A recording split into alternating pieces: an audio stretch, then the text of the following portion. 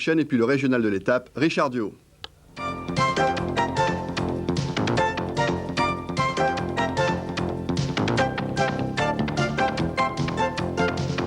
Et oui Lionel, vous avez reconnu ce fameux fronton de la Moutette, car avec un temps comme celui qui règne aujourd'hui sur le Béarn et sur toute la France, je crois, eh bien on ne pouvait pas commencer autrement que dehors. Alors il fait soleil, il fait très chaud. Alors puisqu'il fait chaud, j'ai un petit conseil à vous donner. Vous rentrez chez vous, vous vous mettez dans votre salon tranquillement, vous allumez la télévision, vous baissez un petit peu les rideaux, un petit rafraîchissement, vous vous mettez devant la télévision pour suivre la finale retour du basketball. Allez, venez avec moi. Vous ne connaissez pas la Moutette? Je vais vous faire visiter. La Moutette, c'est ici. Il y a encore des gens qui rentrent, il y a encore des gens qui arrivent tard. Le match va commencer dans 2 minutes. Il va falloir se presser, mesdemoiselles. Vous rentrez et vous découvrez une salle un petit peu vétuste, c'est vrai. Regardez, attention la marche, mes amis de la SFP. Vous me suivez et vous découvrez l'ambiance de la Moutette. Alors ça, c'est quelque chose. Si vous ne connaissez pas, ça va vous faire drôle. L'ambiance de la Moutette, c'est très chaud. C'est le Béarn, c'est le sud-ouest. Et c'est 5500 spectateurs entassés dans ces tribunes un petit peu vétustes, c'est vrai. Mais on va déménager à Orthez, vous le savez. On va aller du côté de Pau. Alors de ce côté, le caméraman est en train de vous le montrer. Ce sont les supporters de Limoges. Ils sont moins nombreux. Et de l'autre côté, partout ailleurs. Oui, oui, suivez-moi, venez. Attendez, monsieur. Voilà, allez prendre place pour le spectacle. Vous me suivez?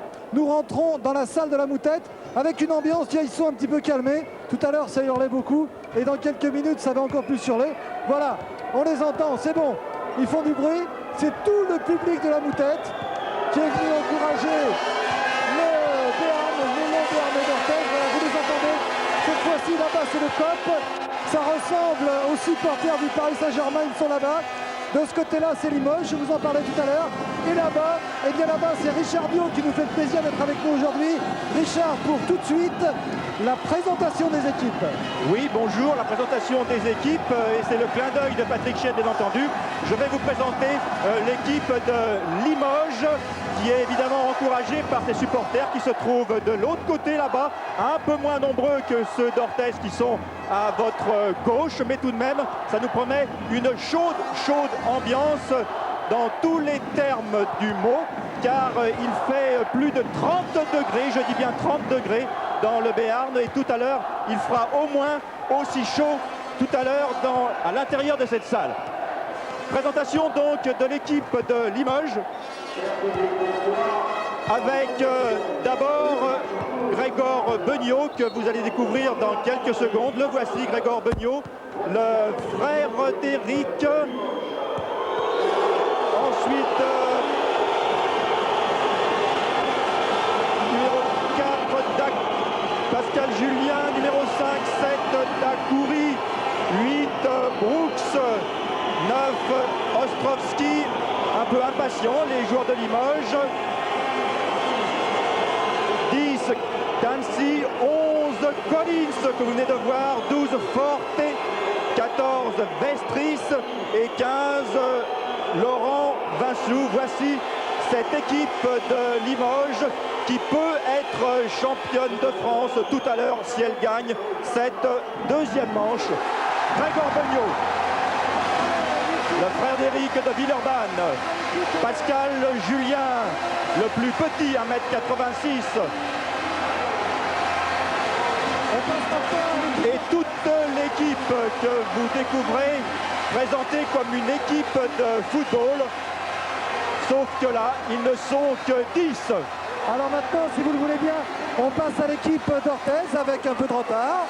L'équipe d'Orthez, donc, que vous découvrez de Ganis en premier plan ici. Ils vont aussi faire une photo de famille. Vous reconnaissez Ortega, qui n'est pas très bien rasé. Anderson, plein écran. Au-dessus de Ganis. Là, on retrouve Grégory. Là, on retrouve Skeeter Jackson. Là, Vuillemot, Georges Fischer, le coach, vous le connaissez bien. Et puis Carter, Howard Carter, le pointeur américain.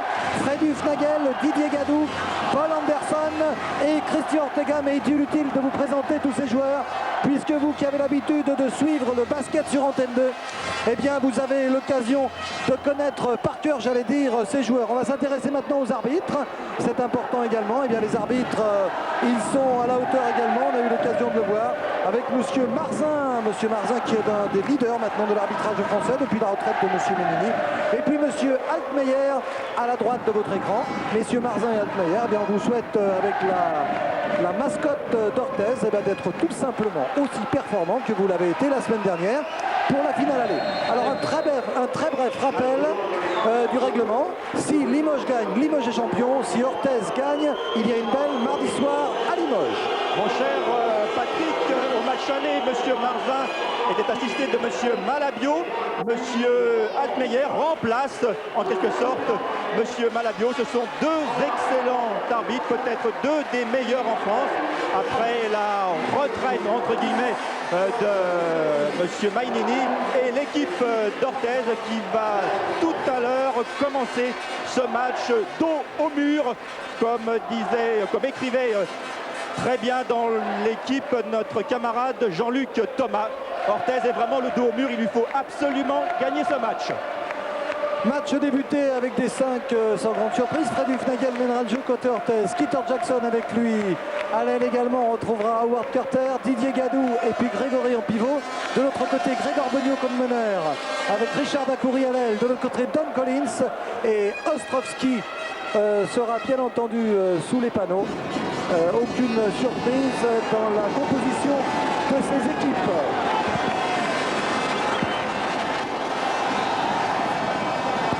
Un coup pour rien pour ce premier entre-deux. Grégory face à Michael Brooks et la balle sera pour Orthez avec Didier Gadou. Pour Freddy Hufnagel, son meneur. Hufnagel, on s'organise, on sait que le jeu d'Orthez c'est plutôt de poser le jeu comme on dit. Didier Gadou, intérieur avec Skeeter Jackson. Skeeter Jackson. Gadou à nouveau, bonne défense de Dacoury qui monte très haut sur Gadou. Grégory, attention, il peut être dangereux assez loin du panier. Grégory, voilà, c'est fait. Grégory pour, non, pas les deux premiers points de cette rencontre. Mais un bon rebond de Michael Brooks. Grégor Beugnot maintenant qui monte le ballon. Grégory qui était pourtant dans sa position favorite pour tenter ce panier, mais qui l'a raté. Richard Dacoury. Collins, attention à Collins. 17 sur 20 pour Tom Collins lors du match aller. Dacoury à 3 points. Facile. Oui. Ah, je disais facile car quand Richard Dacoury est comme ça en position préférentielle à 3 points, il y a peu de choses pour le faire échouer. Très important ce panier à 3 points pour donner confiance à Limoges, mon cher Patrick. Ô combien Limoges qui va tenter, alors qu'ici c'est Skeeter Jackson, il est moins habitué à shooter à 3 points. Mais il réussit 2 sur 3, voici les premières statistiques de ce match. C'est dire qu'on n'a pas été trop sensible à la pression d'un côté comme de l'autre. Don Collins. En tout cas, ça commence par un très beau concours d'adresse, 2 tirs, 2 paniers. Avec ici une balle perdue par Ostrovski qui permet à Hufnagel de relancer. Hufnagel passe intérieur pour Skeeter Jackson. Ballon perdu également. Ballon perdu, mais cette balle était vraiment très rapide, ce qui explique peut-être que Jackson l'ait raté tout de même. Remise en jeu pour Grégor Beugnot face à Hufnagel qui va le chercher très haut. Grégor Hufnagel, deux des meilleurs meneurs français. Avec la première faute sifflée contre Freddy Hufnagel, ce sera la première faute après 1 minute 35 de jeu. Première faute pour Hufnagel, toujours aussi vif, toujours aussi vaillant. Don Collins à la remise en jeu, beaucoup de pression avec des supporters très bruyants, même du côté limougeau. Brooks tout seul, bien décalé par son coéquipier Don Collins, mais le rebond est pour Grégory. Grégory, Hufnagel en contre-attaque. Hufnagel à 3 points. Et oui, 6-3, premier avantage pour l'élan Bernet d'Orthez. Oui, un avantage de 3 points puisqu'il y a eu 3 tirs et 3 paniers à 3 points. C'est assez rare, même à ce niveau, pour le signaler, je crois. Ah, c'est même tout à fait exceptionnel. Grégor Beugnot maintenant. Bonne défense de Freddy Hufnagel. Pour Brooks, passe intérieur Ostrovski qui semble remis de sa blessure. Rebond pour Michael Brooks. Non, le panier ne sera pas accordé. La faute a été préalable. La faute de Grégory. Panier refusé justement par M. Adrière et faute donc à Collins. Première faute pour celui qui avait réalisé 17 sur 20 au match aller. Patrick, c'était vos notes à la communale, ça, 17 sur 20. Ah oui, exactement. Comment savez-vous tout ça? Grégor Beugnot. Bonne pression défensive d'Orthez. Grégor à 3 points, c'est pas possible. Alors là, ça aurait été étonnant. Avec une contre-attaque pour Hufnagel qui choisit d'accélérer pour Grégory. Bien décalé Grégory qui marque sans problème et sans opposition. Attention, premier trou, 8-3, 5 points d'avance pour les Orthésiens. Dacoury. Voilà Dacoury qui choisit de pénétrer intérieur comme l'avait fait Don Collins au match aller. La contre-attaque est rapide, elle permet à Howard Carter de ramener Orthez à nouveau avec un avantage de 5 points, 10 de x5 à 5. Ah, quand Carter veut jouer de cette façon, eh bien l'équipe d'Orthez est vraiment redoutable. Et encore un panier de Dacoury. Oui, Dacoury sans opposition à 3 points.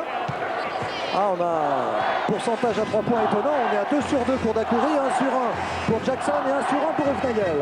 Quel niveau de réussite pour l'instant. Et ça continue, non, avec un rebond cette fois-ci de Michael Brooks. Ah, on a parfois des débuts de match un petit peu difficiles au niveau du spectacle quand il y a de l'enjeu. Ah, Collins est à 0 sur 1. Ce sera difficile de faire 17 sur 20. Hufnagel derrière pour Carter peut-être. Voilà, c'est fait, Carter. Quelle pression défensive des Limoges, pression un peu trop forte selon M. Marzin puisque Michael Brooks est sanctionné pour la première fois. Quelle défense de Grégor Beugnot qui ne lâche pas d'un basket Hufnagel. C'est vraiment extraordinaire de voir ce joueur. Grégory à la remise en jeu avec Hufnagel. Hufnagel face à Beugnot comme vous le soulignez, Richard. Bonne passe dans le dos d'Hufnagel. Oh là là, quelle mauvaise passe de Carter, Howard Carter. Alors qu'on n'a toujours pas vu Don Collins se marquer et que Dacoury chute à nouveau à 3 points. Non, ça aurait fait un peu trop 3 sur 3 quand même. Et c'est Grégory qui prend le rebond avec Hufnagel. Hufnagel sur sa gauche pour Skeeter. Skeeter Jackson, bien contré. Non, avec une faute de Don Collins, estime l'arbitre.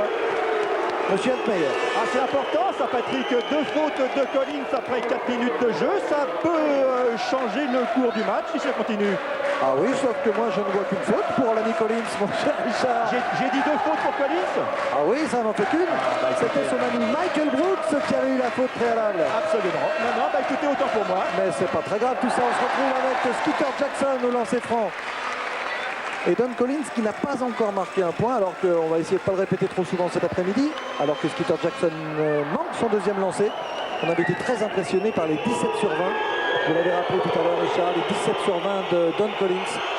Avec une très belle défense là d'Orthez, mais Skeeter Jackson échappe le ballon, comme on dit.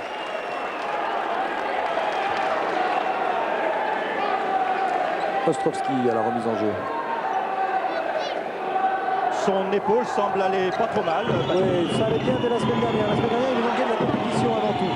Alors comme il s'est bien entraîné cette semaine, regardez cette bonne passe intérieure pour Richard Dacoury qui permet, mine de rien, aux Limougeaux de revenir à 1 point. 11-10 pour Orthez, malgré un très bon début de match des Orthésiens. Et Fischer qui encourage ses joueurs qui ne possèdent plus qu'un seul point.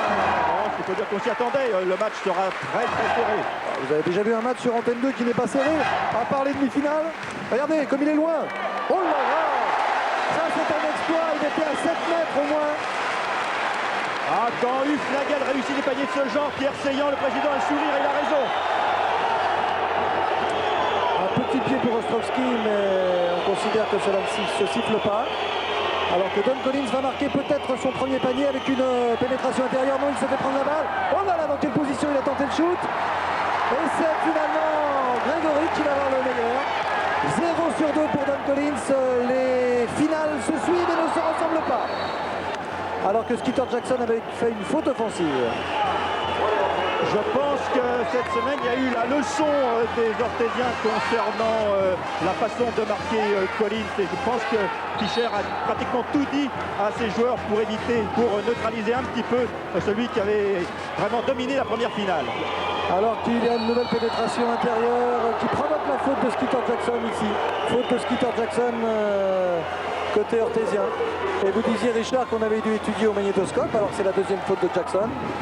Eh bien, Antenne 2 a donné un petit coup de main, involontaire, parce que nous avions présenté des images de Pierre Le Petit la semaine dernière dans Stade 2, avec tous les paniers de Don Collins.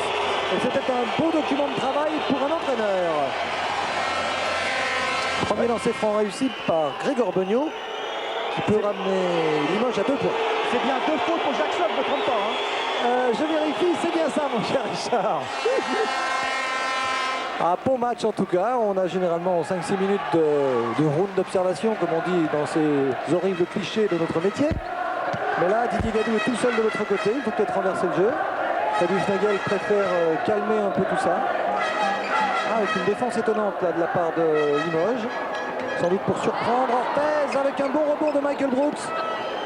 Brooks qui tient absolument à l'emporter dès aujourd'hui, car il semblerait que Brooks serait Limoges l'an prochain si Limoges est champion de France. Richard Dacoury avec un bon rebond. puisque Richard Dacoury a panier accordé, plus une faute sifflée contre Freddy Hufnagel. Et je ne vous apprendrai rien, mon cher Richard, en vous disant que c'est la deuxième faute de Freddy Hufnagel.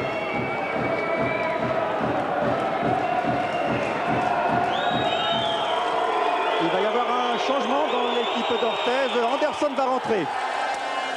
Alors que Limoges, pour la première fois, Richard a pris l'avantage. 15-14, avec une chaleur épouvantable à la Moutette aujourd'hui qui risque de peser lourd.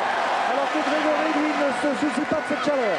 Oui, c'est vrai, l'hiver c'est une glacière et l'été c'est une étuve. Il faut dire qu'on sera peut-être un peu mieux logé à Pau pour le nouveau palais des sports et un nouveau panier de Limoges. Oui, avec Stéphane Ostrowski qui semble avoir retrouvé sa vitesse de compétition.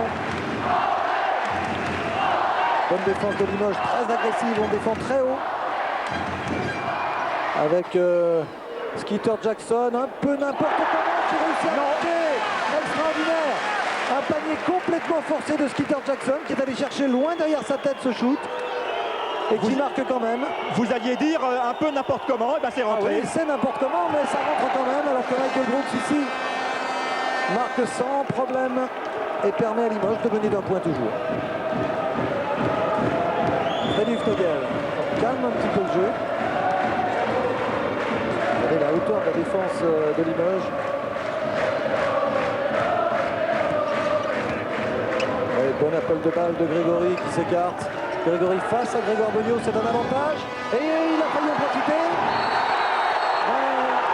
Alors que monsieur Marseille, il est gonflé là. Grégory n'est pas content. On va revoir en ralenti. Le public non plus. On n'a pas le temps, allez on reste sur l'action.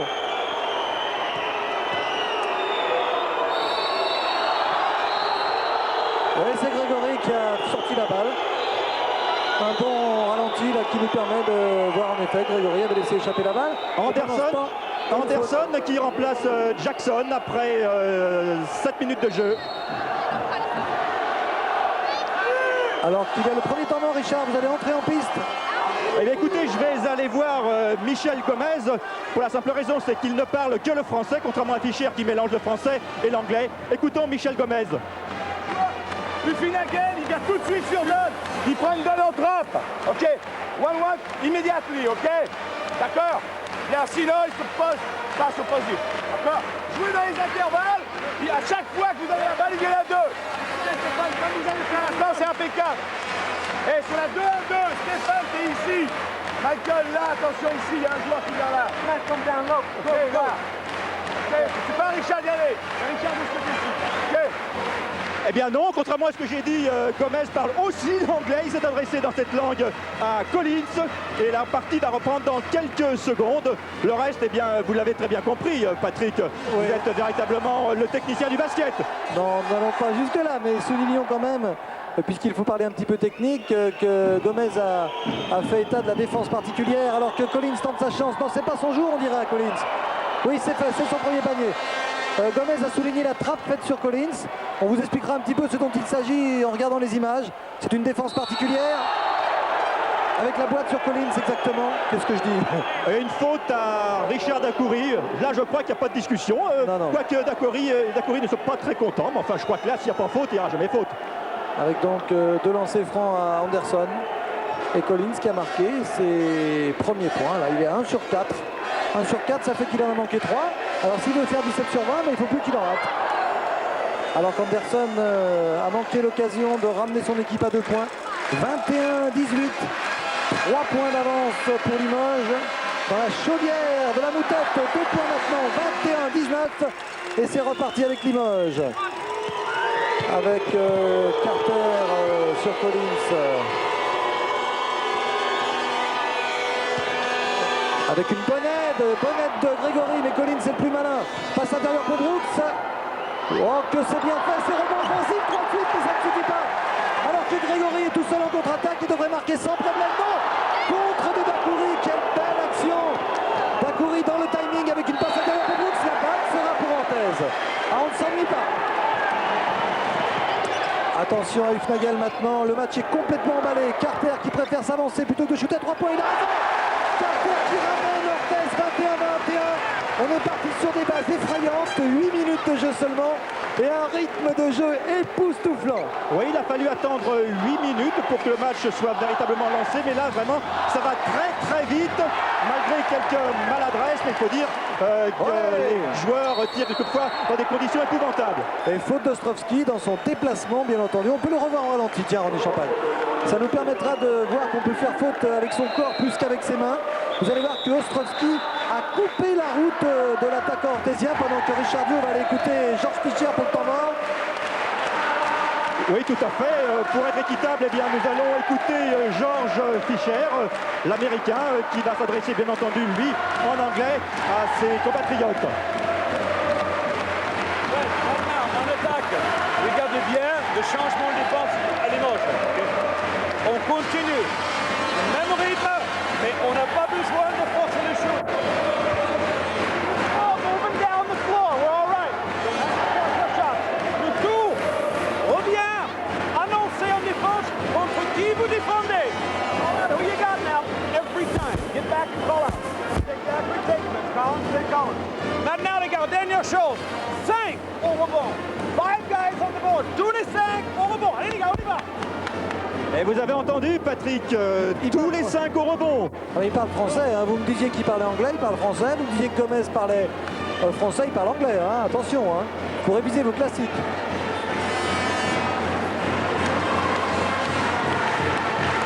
Allez, c'est parti avec le lancer franc de Paul Anderson qui redonne l'avantage à Orthez. Je pense qu'on est parti pour un chassé-croisé. Ah non, le coup de sifflet retentit avant le lancer franc. Parce que M. Marzin va voir à la table. Il se passe quelque chose, Richard? Oui, j'étais en train de remettre mon micro en marche. Il s'était arrêté un petit instant. Une petite discussion entre le délégué de la fédération et M. Marzin. C'est-à-dire que Limoges n'a qu'un seul temps mort. Vous avez demandé la première. Voilà, c'est un problème de temps mort. Limoges donc a eu un temps mort, Orthez aussi, donc il y a un temps mort de chaque côté. Il y avait un calcul, un décompte de temps mort là, sur lesquels les coachs n'étaient pas tout à fait d'accord. En gentleman, eh bien, Fischer est allé s'excuser auprès du délégué. Décidément, un grand monsieur, cet entraîneur d'Orthez. Avec Grégoire Benu, la pression défensive du Stengel, Tom Collins maintenant, alors qu'il fait 40 degrés maintenant dans cette salle. Richard Dacoury, passe intérieur pour Brooks. Ah, beaucoup de maladresse côté Limoges. Et c'est rare de la part de Dacoury. Ouais, très bien fait de la part de Paul Anderson.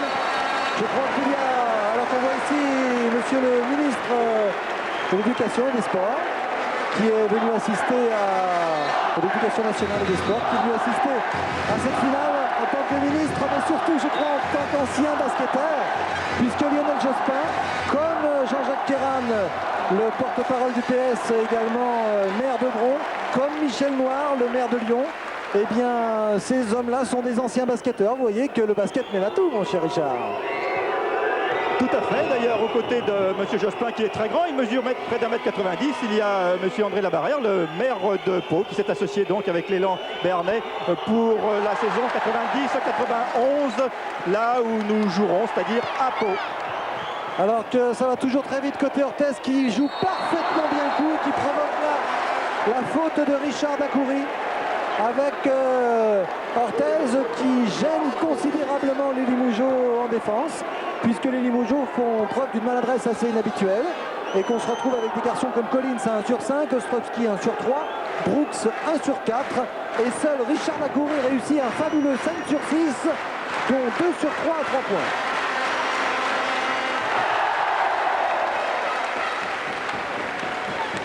« 26-21, 5 points d'avance pour Orthez et Didier Gadou au lancer franc.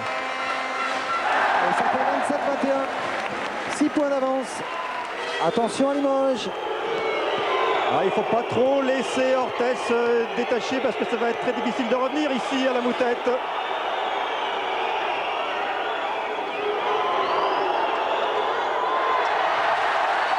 Un manque de réussite là, très beau rebond de la part de Carter, mais le shoot de Beugnot a finalement été récupéré par Carter qui a mis la balle en touche. Vous avez vu Dan Collins, 2 points après 10 minutes de jeu ou presque. Ça, c'est la surprise de ce match retour pour l'instant. Je suis assez surpris de voir Limoges persévérer dans les shoots à 3 points alors que Dan Collins marque et que le panier va être sans aucun doute accepté puisque la faute de Carter a été simultanée avec le shoot. Alors vous verriez les deux présidents, c'est quelque chose. Il y a Gomez qui fait signe que le panier doit être accordé et puis Pierre Seillant qui évidemment fait signe que le contraire. Eh bien, monsieur l'arbitre a donné raison à Michel Gomez. Et Dan Collins réussit ce lancer franc qui ramène Limoges à 3 points. 27-24, 10 minutes 30 à jouer dans cette première mi-temps. Avec Carter pour Ortega. Ortega qui a remplacé Freddy Hufnagel. Ortega qui tente de mettre de l'ordre, qui annonce le numéro de la combinaison, numéro 5 en l'occurrence. Didier Gadou à 3 points, le pied sur la ligne. Ce sera 2 points seulement. Fort bien arbitré de la part de M. Marzin. Oui, 3 points pour Didier Gadou. C'est un faux lymphatique, ce joueur de Vieux-Boucau. On a l'impression qu'il s'ennuie, qu'il est très lent, mais en fait c'est complètement faux. Et voilà Dan Collins qui marque le premier panier, semblable au 17 qu'il a marqué à Limoges, en pénétration dans l'axe du panier en un contre un. Alors vous savez, en basket, tout va très vite. Il est possible que la machine Collins se remette en route là d'ici quelques secondes. C'est pas impossible. Ah, c'est de là que dépend le sort de la rencontre en grande partie, alors que on va refaire rentrer Skeeter Jackson qui remplace Grégory. Grégory, auteur de 4 points, 2 sur 5 à 2 points, mais qui a pris 3 rebonds et c'est ça le plus important.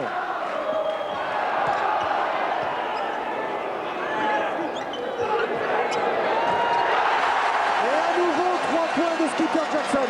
Incroyable. 2 et 2, 4 et un 5 paniers à 3 points déjà réussis par les Orthésiens. Et pour Jackson, 3 sur 3 à 3 points. Et cette fois-ci, on l'accordera à Dacoury ce panier, puisque Dacoury a réussi une claquette. 32-28, 4 points de retard.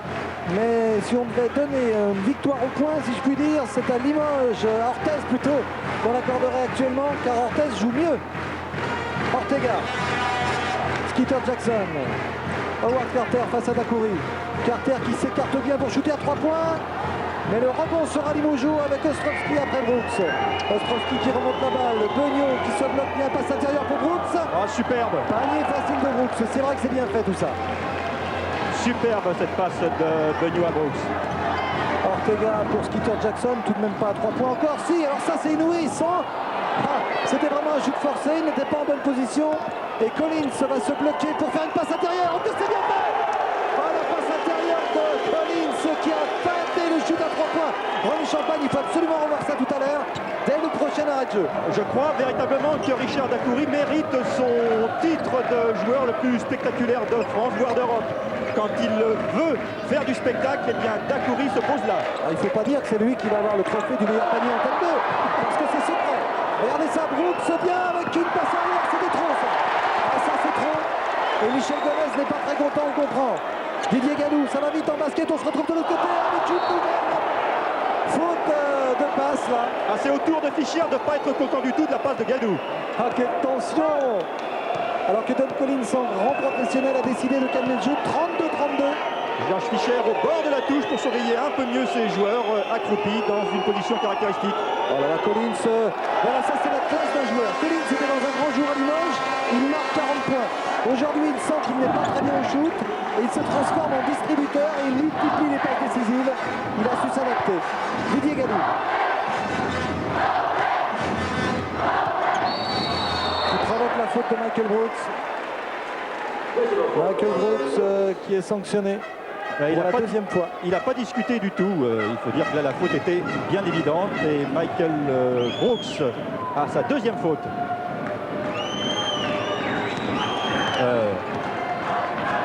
Didier Gadou pour Ortega.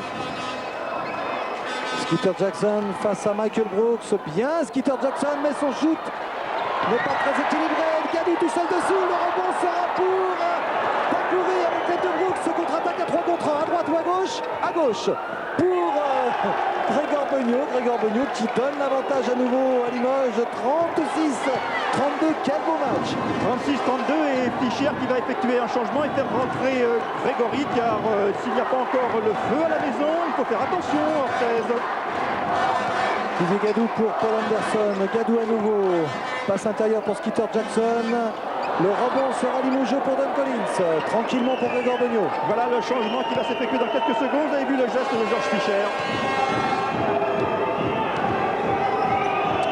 Avec Ostrowski pour Dacoury. Faute sur Dacoury, elle est indiscutable. Cette faute de Paul Anderson qui ne râle pas non plus. Match disputé dans le meilleur des esprits. Avec un temps mort, c'est à vous de jouer, mon cher Richard. Oui, bah écoutez, je vais aller voir Georges Fischer parce que c'est là que ça va le plus mal. On va écouter l'entraîneur d'Orthez. Et essayez de lui mettre le micro face à lui parce que c'est dur avec cette ambiance d'entendre. C'est pas évident car il est très grand. Get back into the game plan now. Moving the ball offensively and taking good shots so that we don't get beat on the break. Il faut pas qu'on force les shoots, qu'on puisse revenir en défense. Allez, Nanaga, ça me dit plus rien. On revient maintenant. Let's go back into it maintenant. Reviens maintenant. Prends le système de pression. Fais bouger tes partenaires. Fais bouger tes joueurs, fais bouger ton équipe. C'est l'un des conseils donnés à Christian Ortega, le capitaine d'Orthez. On croit souvent que c'est Hufnagel le capitaine, pas du tout, c'est Ortega, le gaucher. Alors que Mademoiselle Champagne nous a gratifié d'un très beau ralenti, celui que nous espérions tout à l'heure avec cette passe de Don Collins pour Richard Dacoury au match.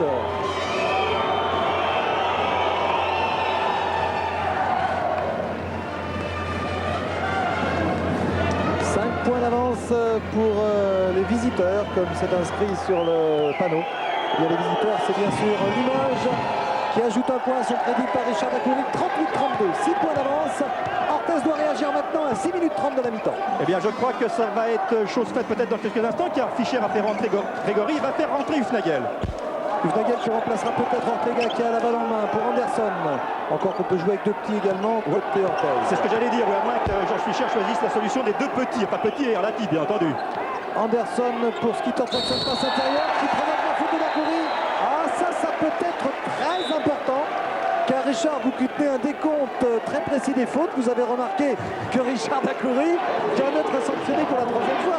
Et comme vous connaissez merveilleusement bien le basket, vous savez qu'il va sortir pour éviter d'avoir sa 4e faute avant la mi-temps. Eh bien écoutez, ça serait logique et c'est fait. Effectivement, Michel Gomez vient de faire sortir Dacoury 3 fautes. 3 fautes alors que la première mi-temps n'est pas terminée. Eh bien c'est beaucoup pour un joueur de l'envergure de Dacoury. Et c'est Ken Dancy qui n'a pas réussi une très belle saison. Ken Dancy, on connaît toutes ses qualités, on avait pu les voir au Stade Français puis à Tours. C'est un excellent shooter. Et eh bien, il va falloir qu'il s'adapte vite à cette finale. Il avait été assez bien au match aller. Et on sait qu'un garçon comme Gomez a bien besoin de toutes ces forces-là. Alors que Julien mène le jeu de Limoges maintenant depuis quelques minutes. Et que Hufnagel est rentré, Patrick. Oui, mon cher Richard, avec Don Collins, pression défensive d'Hufnagel sur Don Collins. Voilà, bon bloc de Michael Brooks. Passe pour Ostrowski. Ah, le panneau n'est pas assez mou. Le rebond a été trop grand sur le panneau. Et Grégory s'en mêle un petit peu. Et la faute sera pour Julien. La faute au meneur de l'équipe de Limoges, Julien, le plus petit de cette équipe de Limoges. Alors que c'est Julien qui est préféré à Frédéric Forté. Ça, c'est un choix de Michel Gomez qui nous a tous un peu surpris dans le monde du basket. On pensait que Forté jouerait un petit peu plus à Limoges. Mais Michel Gomez a sans doute ses raisons. Oh, il a hésité à rentrer ce ballon, mais il est rentré. Frédéric Forté qui est, comme vous le savez Richard, vous qui êtes un gastronome, le neveu de Bertrand Gros. Allez, on revient au match avec une petite pensée pour nos amis de Rouen et de Saint-Symphorien-de-Lay, mais on revient au match avec Julien qui mène le jeu. 2 points d'avance seulement pour Limoges. Julien Balama, 38-36, 7 minutes 40 à jouer. Et Ken Dancy, superbe, il a retrouvé ses jambes, Ken Dancy. Et il donne 4 longueurs d'avance, 40-36. Christian Ortega, donc 2 petits, comme on l'avait laissé supposer tout à l'heure. Oh là là, il a du jus, Freddy. Quelle passe! Oh, c'est dommage pour la beauté du geste. Don Collins en contre-attaque pour Ken Dancy. Ken Dancy passe pour Ostrowski. Et le panier sera accordé. Non, l'arbitre le refuse apparemment. Et il donne passage en force à Ostrowski. Oh que ça fait mal. Oh que ça fait mal. J'avoue que je ne comprends pas très bien pourquoi l'arbitre le refuse, ce panier. Il donne passe en... Alors, Eric, je vous explique. Il ne donne pas passage en force à Ostrovski.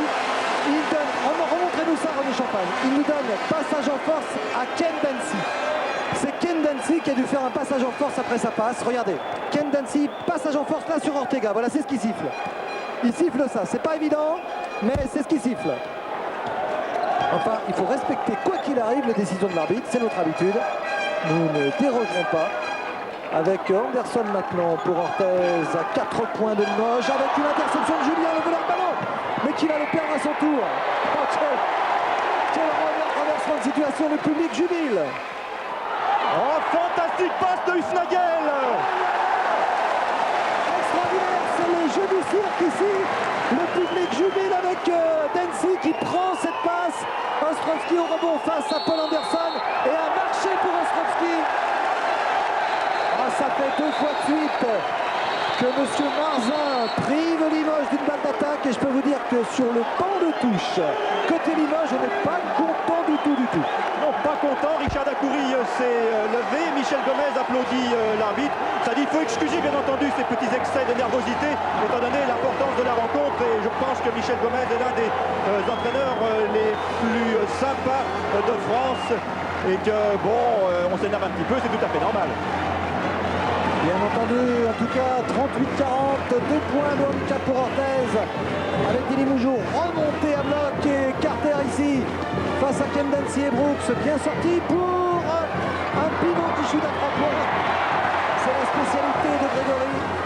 Oh, c'est bien fait ça. Oh, c'est super que c'est beau, du grand basket.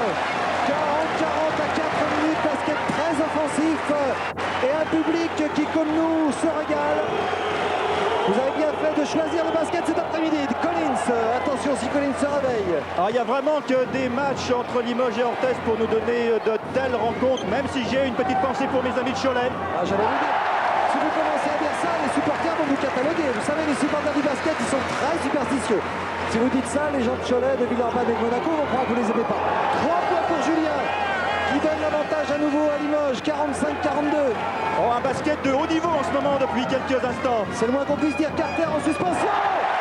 Quel beau panier de Carter qui ramène Orthez à 1 point. Alors si Carter s'y met, ça nous promet un super match. Alors, Gomez n'est pas très content après Marzin, il lui dit. Alors que Julien sert Collins, on l'a peu vu Collins. Oh là là, la pression défensive du Fnagel. Collins qui shoot n'importe comment. N'importe comment donne Collins. Oh, cette passe, c'en est trop ça, Freddy. Freddy aime la fête, aime le beau jeu, mais c'est un peu trop. Faut retrouver un peu de rigueur. Alors que là, il y a faute du Fnagel. Oui, je crois une faute indiscutable. Si René Champagne peut nous montrer le ralenti, je pense qu'il n'y a pas trop de discussion sur cette faute. Alors là, c'est très simple. Il faut voir si Freddy Hufnagel a touché le bras de Collins. Et c'est notre sensation, c'est la vôtre également. Regardez. Hufnagel, on va peut-être pas voir grand-chose, mais non. c'est difficile. Et parfois, les arbitres sont dans les mêmes conditions. Il y a Anderson qui cachait l'action de notre caméra. Alors, Colton Collins se lancer franc pour un premier lancer franc réussi. Et bien, Limoges mène de 2 points, 46-44. Dites-moi, je ne sais pas si on va tenir sur ce rythme jusqu'à la fin. Nous, comme les joueurs d'ailleurs. Parce que là, oui, le rebond est pour Orthez et ça fait 2 points d'écart seulement. 46-44. Quelle tension. Et Hufnagel qui calme un petit peu le jeu après l'avoir emballé tout à l'heure, il a raison. Oh, que c'est dommage ce panier manqué alors que Limoges avait fait une impasse. Volontaire ou non, on ne le saura jamais. Ken Dancy bien en appui sur ses jambes avec un rebond.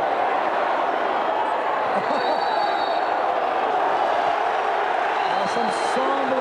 Un accrochage entre Anderson et Dancy, je crois. C'est pas grave. Pierre Saillant va voir les joueurs de Limoges. Il n'a rien à faire là, Pierre. Non, il n'y a rien à faire là, c'est vrai, car c'est le camp de Limoges là-bas. Et une petite explication entre le président de Limoges, M. Popelier, et M. Saillant, le président d'Orthez. Je peux vous dire que c'est presque, allez, je dirais pas du folklore, mais les deux hommes s'apprécient beaucoup. Alors qu'on revoit ce rebond de Dancy. Là, Dancy, voilà, il a lâché la balle et il va la reprendre. Donc reprise de dribble, dit l'arbitre. Ah, on s'énerve un petit peu, c'était un peu attendu, il faut dire que la chaleur est montée d'1 degré, il fait 44 maintenant. Oh oui. Et je peux vous dire que ça fait partie du folklore. Pierre Saillant a retrouvé son calme et Michel Gomez aussi. Et René Champagne nous signale qu'il fait 51 degrés dans le quart. Et on va pas les plaindre hein, parce qu'ici il fait 45. 51-45. C'est amusant. Et on retrouve Carter en pénétration. Voilà dans l'axe du panier. Mais c'est Julien qui prend le rebond et qui provoque la faute de Grégory. Ouais, une faute à Grégory là aussi indiscutable. Et Grégory ne discute même pas une seconde. Oui, c'est sa deuxième faute. Seul pour l'instant. Richard Dacoury a été sanctionné 3 fois. Et 2 points d'avance seulement pour Limoges. La prolongation n'est pas exclue. Hein. Ah oui, vous dites ça pour Salviac qui s'inquiète avec son rugby. Oui, tout à fait, je pensais à lui. Vous savez que Salviac est un passionné de basket, il est sûrement devant son poste là. Avec Julien pour son deuxième lancer franc, revenons au match 47, 44, 48, 44 maintenant. Et Richard, je ne sais pas si vous partagez mon avis, mais Orthez semble presque mieux jouer, j'allais dire, à part sur cette passe manquée. Orthez avait bien installé son jeu et finalement c'est Limoges qui mène. Oui, c'est vrai que Orthez joue mieux. Il faut dire que Collins n'a pas les bras libres comme au match aller. C'est peut-être la solution trouvée par Fischer pour gagner ce match retour. En tout cas, Collins n'a pas son rendement d'il y a 8 jours, ça c'est évident. Collins, ce qu'on va retrouver ici, balle en main, qui va peut-être vous faire mentir. Non, il est gentil, il donne à Julien. Julien qui... c'est pas parce qu'on est au pays du rugby, on appelle ça affûter. Et le supporter derrière moi qui dit l'arbitre, il dit rien. Hufnagel qui n'a jamais été aussi concentré cette année pour cette finale. Et Carter ici avec une faute préalable au shoot. Alors qu'il reste 1 minute 36 seulement dans cette première mi-temps. Et que Limoges mène de 6 points, qu'il y aura maintenant la règle du 1+1 que je vous laisse expliquer mon cher Richard. Oui, Collins qui est crédité de sa deuxième faute. Là je ne me trompe pas, vous êtes sûr hein. C'est tout à fait. Et en plus, puisqu'il y a 11 fautes côté Limoges, et bien puisqu'il y a plus de 7 fautes, toutes les fautes, même lorsqu'il n'y a pas shoot, toutes les fautes sont sanctionnées de lancer franc avec la règle du 1+1. Carter a réussi le premier, il a droit au second. Il va réussir également pour faire revenir Limoges à 4 points. Alors que Richard, vous vous préparez sûrement à accompagner l'équipe d'Orthez dans le vestiaire à la mi-temps. Tout à fait, c'était mon intention. J'espère que Georges Fischer aura un petit mot pour nous. Je pense qu'il l'acceptera. En général, toujours. Fischer ne refuse jamais un micro. Un peu seul sur ce rebond offensif là, Stéphane Ostrowski, rebond offensif très favorable à Limoges pour l'instant. 3 fois de 6 et 3, 9 rebonds offensifs pour Limoges, 3 seulement pour Orthez. Ceci explique les 6 points d'avance des Limogeaux. Il faut absolument réduire l'écart avant la mi-temps. La faute à Brooks, je crois. Oui, faute à Brooks, c'est la 3e. Ça peut compter, il faut absolument faire sortir Brooks et faire rentrer Vestris. Vestris qui ne rentre qu'à 1 minute de la fin. Et vous me permettrez un petit avis personnel, Richard. Moi, je regrette que Vestris ne soit pas plus souvent sur le terrain alors qu'il y a un temps mort. Ah ça, tout à fait d'accord avec vous. Vestris, je crois, a une envergure telle qu'il mériterait de jouer un peu plus souvent. C'est d'abord le plus grand joueur par la taille, 2,14 m en France.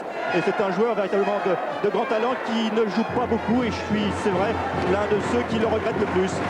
Alors Vestris va rentrer pour 1 minute seulement parce que Brooks a 3 fautes. Et on va en profiter pour faire un peu le point sur les points, j'allais dire. Avec les marqueurs, eh bien, sachez que Carter a marqué 10 points, que Grégory et Jackson 10 et 11.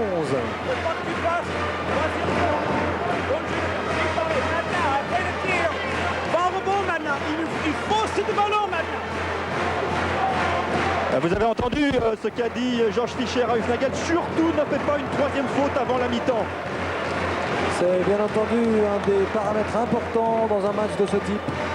Alors que vous voyez là cette supportrice avec une très bonne ambiance à Orthez. Bon, très chaude, très sud-ouest j'allais dire. Mais pas de gestes défendus ni de mots trop méchants dans les tribunes. Et oui, il a l'air content, notre ministre là. Oh bah, il connaît l'affaire, hein, il sait de quoi on parle. Alors vous irez peut-être mettre votre petit point discret vers lui en deuxième mi-temps. Oui, peut-être bien. Alors que Grégory n'a même pas touché le cercle. C'est assez étonnant quand même. Dans un match d'une importance pareille, Grégory, c'est quand même une carte de visite impressionnante, n'a même pas touché le cercle. C'est un problème de concentration. Alors qu'il reste 1 minute tout rond avec Ken Dancy, balle en main. Et 5 points d'avance pour Limoges. Ostrovski face à Deganis qui est entré également. Oh là, la mauvaise passe. Julien, oui. Julien a récupéré. Non, Gérard Bouscarel. Julien a récupéré la balle avant la ligne. Et la faute à Gadou. Notre ami de la République des Pyrénées, vous savez, on est journaliste, mais on a aussi un cœur. Et quand il a vu ce retour en zone, il a demandé la balle pour Orthez.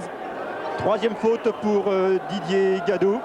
Et le trophée qui ira ou à Limoges, ou alors il faudra attendre mardi pour l'offrir à l'une des deux équipes. Christian Ortega qui remplace Gadou. Allez, on va rappeler encore le règlement parce qu'il est simple, il faut gagner 2 manches. Il y a eu une manche samedi dernier à Limoges, Limoges a gagné. Donc si Limoges gagne ce soir, Limoges est champion de France. Et puis il y aura une 3e manche si d'aventure Orthez l'emporte aujourd'hui. Alors que Tom Collins manque son lancer franc. Et que Orthez a choisi l'option des 2 petits Ortega et Hufnagel. Avec Carter qui remonte la balle tranquillement. Il faudra shooter de toute façon. Il reste 19 secondes pour shooter et 32 secondes de jeu. Donc une certitude, Limoges aura l'occasion de récupérer la balle. Il reste 10 secondes, 9 pour shooter maintenant. Il reste 6 secondes. Je pense que c'est bien fait, bien décalé. Ça s'est mérité. C'est un modèle de schéma tactique réussi par les Orthésiens alors qu'il reste 9 secondes. C'est exactement ce qu'il fallait faire, un panier à 3 points à quelques secondes de la fin de la première période. Ostrovski qui pénètre bien, 3 secondes, 2, 1. Oh là là, Hufnagel s'il le met celui-là, non, ça aurait été. Allez, je vous laisse avec Georges Fischer. Georges, un mot, pas trop satisfait de cette première période? Pardon Richard, j'ai pas entendu. Pas trop satisfait de cette première période?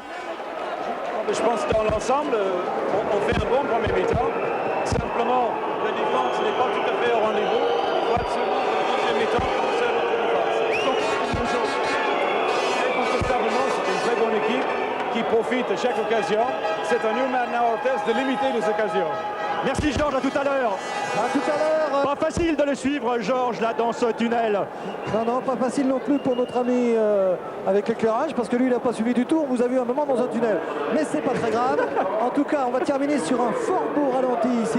Alors qu'on voit Vestris de dos, vous voyez, Hufnagel qui va apparaître à droite de votre écran bien décalé et qui marque ce superbe panier à 3 points qui a permis à Orthez de gratter un petit peu son retard. 54-50, c'est le score à la mi-temps. Un petit détour par Paris pour retrouver juste après ce ralenti. On revoit l'action comme ça, avec Hufnagel bien décalé. Regardez, Don Collins a manqué l'interception et Hufnagel s'est retrouvé tout seul. Un petit tour pour une page de pub.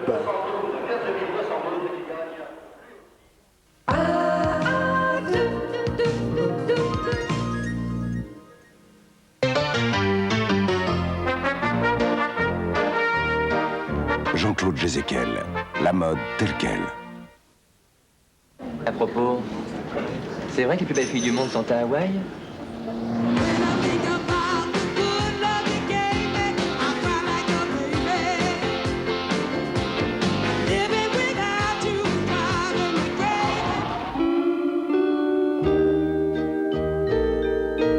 Au fait, c'est vrai qu'à Las Vegas, on peut se marier en 5 minutes? La 309 Chorus, toujours partante.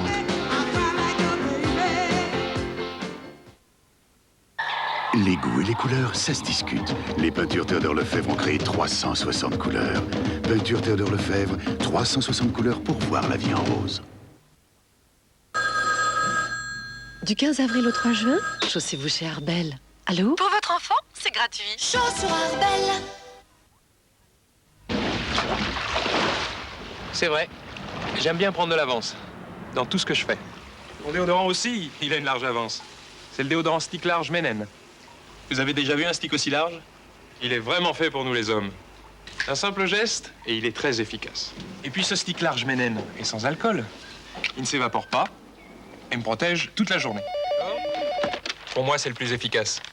Déodorant stick large Menen, une large avance pour nous, les hommes. Amortisseur fatigué, distance de freinage trop longue. Pour coller à la route, faites vérifier vos amortisseurs tous les 20 000 km.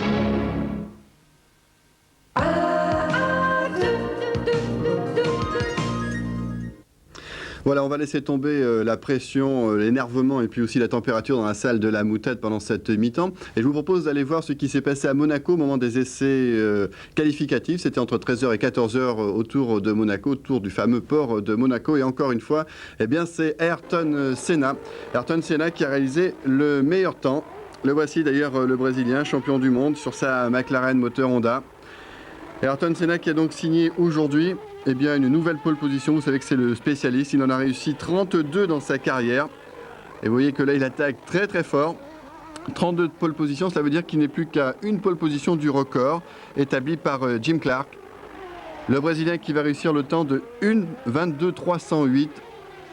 Et voici ici qui va aborder la ligne droite des stands. Et réussir donc le meilleur temps avec son deuxième train de pneus qualif.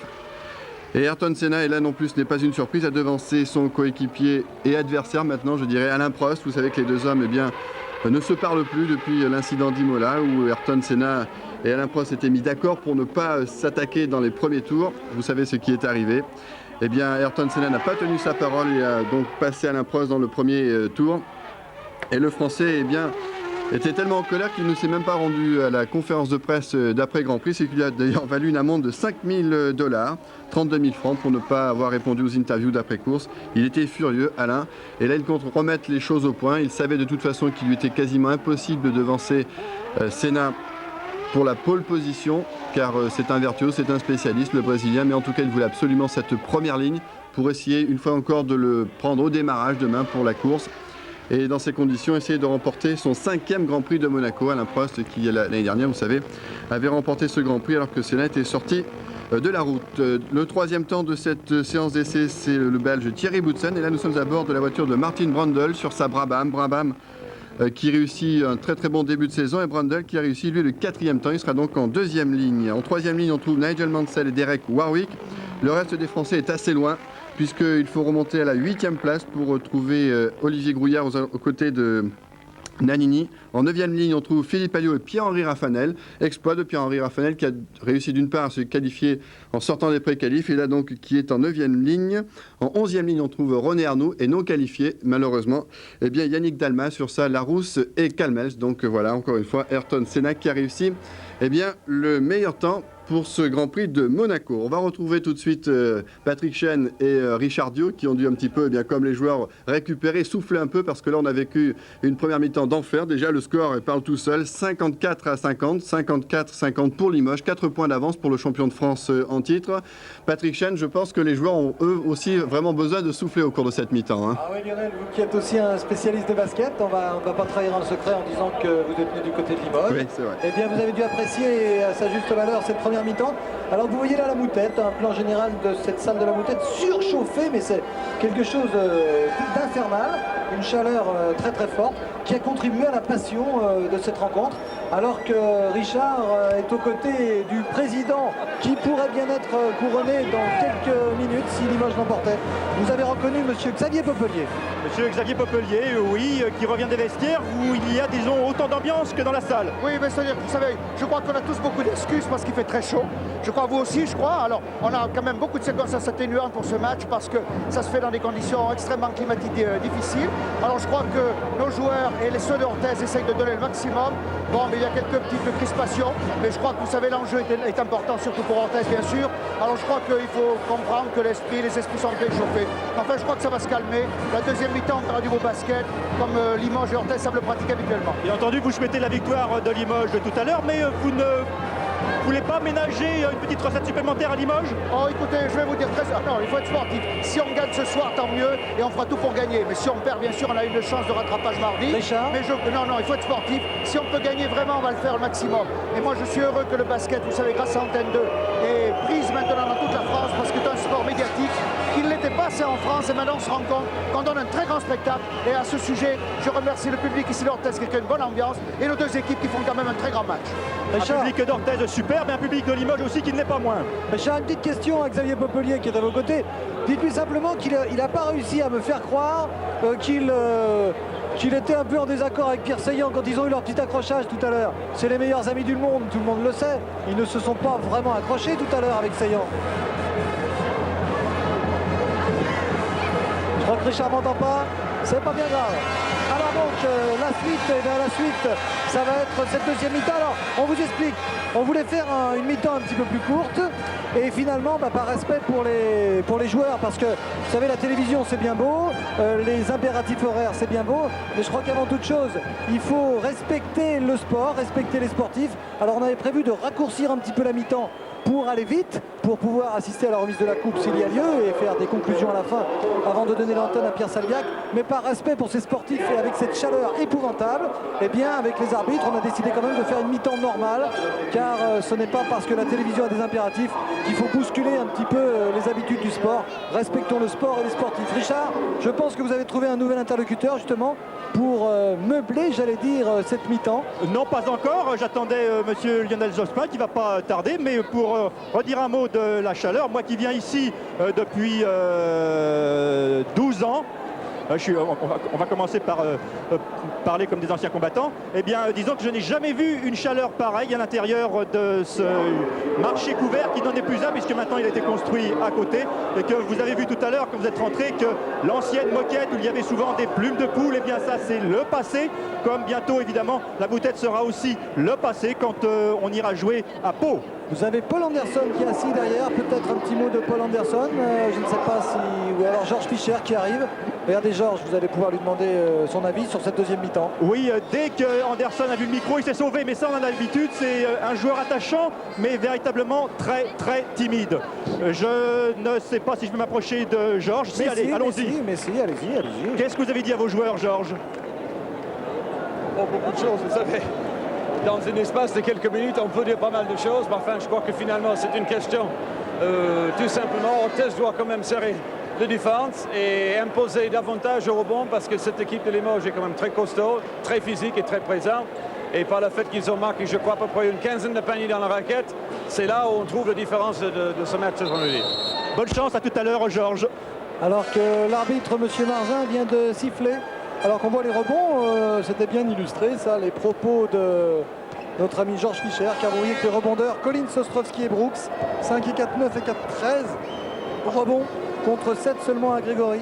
Un avantage très important des joueurs intérieurs côté Limougeau, ce qui explique l'avantage donc des Limougeaux à cette mi-temps, 4 points seulement. Rien n'est fait, d'autant plus qu'en fin de match, avec cette chaleur torride, je le répète, eh bien, le public et l'ambiance de la moutette pourrait bien faire pencher la balance du côté d'Orthez si ça devait se jouer à un point ou deux. Je regrette, Patrick, de ne pas avoir eu tout à l'heure Paul Anderson, mais depuis que je m'occupe du basket, je n'ai jamais pu obtenir une interview de Paul qui est véritablement très timide. Je ne connais même pas le son de sa voix. Eh bien, on va essayer d'y remédier si jamais Orthez gagne. Alors que je remercie notre ami Gérard Bouscarel de la République qui nous amène un peu à boire, et Dieu sait qu'on en a besoin car il fait chaud. Allez, c'est parti. Un petit coup d'œil sur les statistiques. 54% pour Limoges à 2 points et 37% à 3 points, alors qu'à Orthez, on l'a dit et répété, on a fait un petit festival à 3 points. Et début donc de cette deuxième mi-temps avec des 5. Tiens, une petite surprise côté Limoges. On reste avec Ken Dancy et avec le deuxième meneur de jeu, Julien. Qu'est-ce que vous avez dit à vos joueurs, Michel Gomez, dans le vestiaire? J'ai dit qu'il fallait davantage être cool et que le match se jouait sur 40 minutes, qu'il fallait attendre. Les arbitres essaient d'arbitrer un match de haut niveau, donc ils laissent passer certaines petites choses, il faut qu'on l'accepte. Ah, voilà. Rendez-vous tout à l'heure. Et une bonne parole de Michel Gomez, mais ça ne m'étonne pas du tout, ça. Alors, je vous le disais, rendez-vous compte, la force, le potentiel de l'équipe de Limoges qui se permet d'aligner 3 joueurs en ce début de deuxième mi-temps qui ne faisaient pas partie du 5 de départ. Dakouri, Grégor Beugnot et Brooks sont sur le banc. Et Ken Dancy, alors que Ostrovski donne à nouveau l'avantage à Limoges de 7 points maintenant, 6 points exactement, 56-50. Je le disais, Ken Dancy, Julien et Vestris sont sur le plancher. Côté Orthez en revanche, c'est le 5 de départ, avec bien sûr Hufnagel qui a la balle en main, Anderson, Grégory, Carter et Skeeter Jackson. C'est le 5 idéal pour Orthez, le 5 majeur. Carter pour un premier panier à 3 points d'Hufnagel. Non, cette fois-ci le rebond est Limougeau avec Don Collins pour Julien. Attention, les écarts se creusent vite au basket. Et Vestris qui va haut, mais pas assez haut pour Grégory, car Grégory prend l'avantage et donne la balle à Hufnagel. Hufnagel pour Skeeter Jackson, avec un bon rebond d'Anderson, mais ça n'a pas suffi. Julien qui va chercher la faute et qui ne la provoque pas. On va très vite là, avec cette chaleur, c'est incroyable, cette vitesse d'exécution. Carter qui ramène Orthez à 4 points comme à la mi-temps. Carter qui n'a pas tout à fait son rendement habituel, encore qu'il a réussi 5 sur 8 à 2 points. Ouais, moi ça me suffit. Non, c'est bien. Julien maintenant pour Collins à 3 points. Oh là là, Collins pour Ostrovski, c'est bien fait Ostrovski. Bel exploit technique d'Ostrovski, élu par tous les spécialistes meilleur joueur français de l'année. Skeeter Jackson. Hufnagel, intérieur pour Anderson. Bonne défense de Collins, mais Anderson marque. Toujours 4 points, 58-54. C'est vraiment un grand joueur, Patrick, cet Anderson. On ne le voit pas sur un terrain, mais on le voit juste quand il marque. Et on l'entend pas. Avec Don Collins intérieur pour Ostrovski, on a décidé de jouer intérieur, alors que c'est bien fait pour Dempsey. Oh oui, quelle belle action! Collins, Ostrovski, Dempsey pour un panier à bonus de Ken Dempsey qui marque et qui obtient ses points.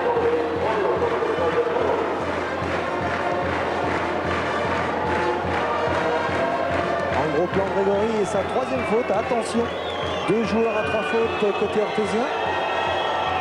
Vous avez vu le visage de Kelsey, les joueurs souffrent vraiment beaucoup ici dans cette salle. Il fait, je le répète, mais c'est pas inutile de le rappeler, une chaleur insoutenable.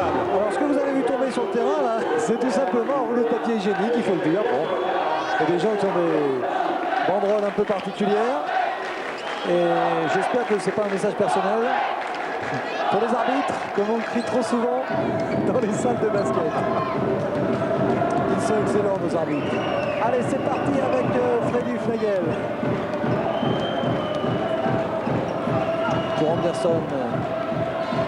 Attention à Limoges qui fait un peu le trou là, avec une faute de Georges Vestris qui courait parallèlement à Grégory.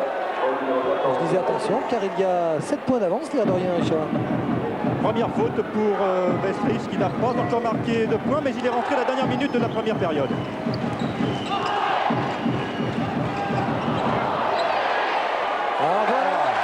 Voilà, c'est un petit peu la faiblesse de Limoges quand Brooks n'est pas là. On ne s'est pas très bien placé au rebond là. Quelle défense d'Orthez, Ostrovski, il faut toute la place d'Ostrovski pour venir à bout des 3 défenseurs qu'il avait sur le dos. Ah, il a tourné autour de toute la raquette orthésienne. Et une faute de Don Collins, tout à fait indiscutable celle-ci. Attention, on va faire un petit point sur les fautes car ça va commencer à compter. 3 fautes pour Brooks, 3 fautes pour Dacoury, 3 fautes pour Don Collins. Et côté orthésien, 3 fautes pour Grégory, 3 fautes pour Gadou.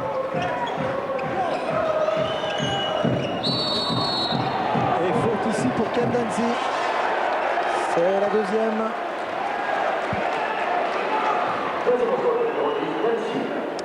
Alors qu'on voit des oiseaux dans cette salle de la Moutette, c'est amusant, non?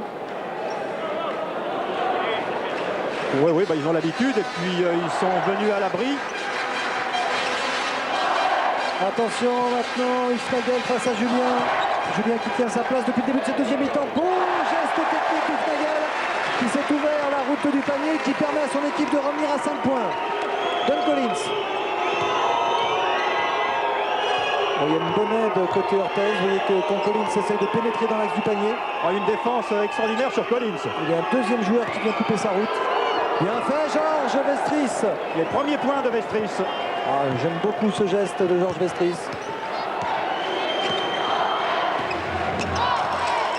Ah oui, Grégory qui perd la balle. Vestris qui récupère la balle derrière mais qui donne le ballon directement à Hufnagel. La balle sera pour Limoges. Julien a vu sans doute Don Collins tout seul de l'autre côté. Non, il préfère assurer avec Vestris. C'est fait pour Don Collins. Collins c'est un peu le deuxième meilleur de cette équipe. Il prend ses responsabilités, Don Collins. Mais pas seulement un ailier. Une bonne bousculade entre Anderson et Ostrovski. Qui s'écarte et qui préfère calmer. Et redonné côté gauche maintenant avec Collins. Quelle défense! Collins, Ostrowski. Ostrowski, Dancy à 3 points. Beau geste de Dancy, mais ce sera un peu long. Et la balle est à Orthez. La balle est à Orthez alors que Limoges a 7 points d'avance. C'est le moment de revenir un petit peu. Grégory face à Vestris. Grégory qui prend le meilleur. Julien qui pénètre avec 3 secondes peut-être. Non, c'est une faute de Carter. Howard Carter. Ce sera la deuxième faute de Carter qui est crédité d'un 5 sur 9 à 2 points et d'un 2 sur 2 au lancer franc alors qu'il a raté un tir à 3 points. Zeganis vient de rentrer. À la place de Grégory qui pourtant semble vouloir prendre le dessus sur Vestris. Ostrowski, belle pénétration. Ostrowski est en train d'emmener tout seul Limoges depuis quelques minutes, depuis la reprise. Quelle différence entre le Ostrowski d'il y a 8 jours et celui d'aujourd'hui. Il faut dire que l'épaule va beaucoup mieux et que le grand joueur de Limoges a retrouvé tous ses moyens. 7 sur 12 pour Ostrowski et 5 rebonds, dont 3 offensifs. Anderson qui ressort pour Deganis. Deganis en tête de raquette. Il donne à nouveau à Carter. Difficile de passer ce rideau défensif de Limoges et Carter n'y parvient pas. Avec le rebond d'Ostrowski, attention Limoges, 7 points d'avance et balle en main. Il ne faut pas laisser Limoges prendre confiance comme ça. Et Vestris qui se retourne à nouveau et qui ne marque pas 3 rebonds successifs. La balle sera pour Orthez. Tout à fait. Oui, la balle est pour Orthez en dépit d'une très légère protestation de Vestris qui s'est repris à 3 points, qui n'est pas content de lui. Mais maintenant c'est Orthez qui a la balle en main avec Freddy Snagel. Deganis qui vient faire le bloc pour gêner la défense de Julien. On sort la balle très haut avec Carter. Anderson passe à Don Collins, passe intérieur pour Skeeter Jackson. Anderson à nouveau. En tête de raquette pour Deganis, c'est sa position préférée, mais c'est un rebond pour Julien et Ostrowski. Collins à gauche maintenant en contre-attaque. Collins qui provoque la faute du Snagel. Le panier ne sera bien sûr pas accordé puisqu'il n'est pas entré. Hufnagel qui va être crédité de sa 3e faute. Faute sanctionnée par 2 lancers francs. Il est bien évident que si Collins avait marqué, le panier aurait été accordé et le lancer franc aurait suivi. Ça devient intéressant pour Limoges qui a pour l'instant 7 points d'avance. Et lancer franc Collins, un premier panier réussi. C'est vrai que ça ressemble à un tournant du match. Orthez nous a habitués à tant d'exploits et tant de retours que rien n'est fait dans l'interception de l'ami Ostrowski. Une passe très vive avec Gadou que Ostrowski a intercepté, mais balle à Orthez quand même, bien entendu. Regardez le bloc de Deganis pour gêner la défense de Julien, c'est bien fait. Deganis qui ressort, très bon basket collectif. Oh oui! Vous savez que ce panier à 3 points du Snagel, eh bien, il faudrait le partager entre Snagel et Deganis, car Deganis est allé provoquer Julien, le vis-à-vis du Snagel, pour ouvrir la route du panier à Snagel. C'est un beau basket collectif. Et Limoges n'a plus que 5 longueurs d'avance. Et la balle en main. Avec Ostrowski qui se retourne et qui est contré. Ah oui, c'est Jackson qui a empêché Ostrowski de marquer ce panier. Mais la balle à Limoges quand même. Et le compteur des 30 secondes doit être remis à 0 puisqu'il y a eu shoot. Donc ça va laisser à Limoges le temps de s'organiser. Encore que Collins préfère un exploit technique à nouveau. Avec cette main qui tourne, l'a bien fait aussi pour Deganis. Oh! Et panier accordé. Tout à fait. Panier accordé sur cette passe superbe de Hufnagel qui est véritablement un passeur merveilleux quand il est en forme. Julien justement face à Hufnagel. Et il fait faire la faute au Limougeau. Ça peut tout changer, ça 13 minutes à jouer, 5 points d'avance seulement. Et je peux vous dire que la tribune de presse s'étonne là de cette balle donnée à Orthez, on n'a pas compris. Aïe aïe aïe de Deganis, Gadou a bien sauté, prend le rebond. Didier Gadou permet à Orthez de revenir à 3 points. 70-67, Julien balle en main. Tout à l'heure, vous avez dit le tournant du match. Eh bien, c'est pas tout à fait peut-être dans le même sens que vous vouliez le dire. Le tournant, là, est pour Limoges pour l'instant, qui a repris 5 points. Ouais, quel ça ballon de Ken Dancy. Eh ouais.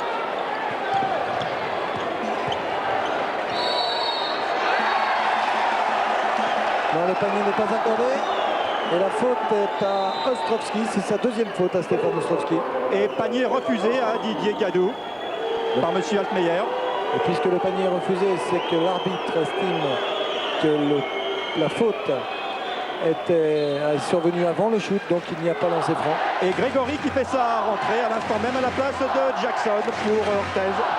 Je suis surpris de tant attendre le retour de Brooks. Ah ben le voici, tiens, il suffit de demander.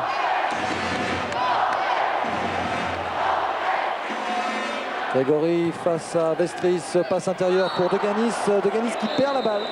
Balle glissante sans doute. Et Brooks qui effectue sa rentrée, Patrick, vous l'aviez annoncé, voilà, c'est fait. Oui, Brooks à la place de Vestris qui a fait une bonne entrée. Vestris, il a joué 9 minutes. Et on va retrouver maintenant Brooks pour un festival de rebond. Et Dacoury qui n'est pas encore entré au cours de cette deuxième période. Alors que Grégoire Beugnot est revenu également.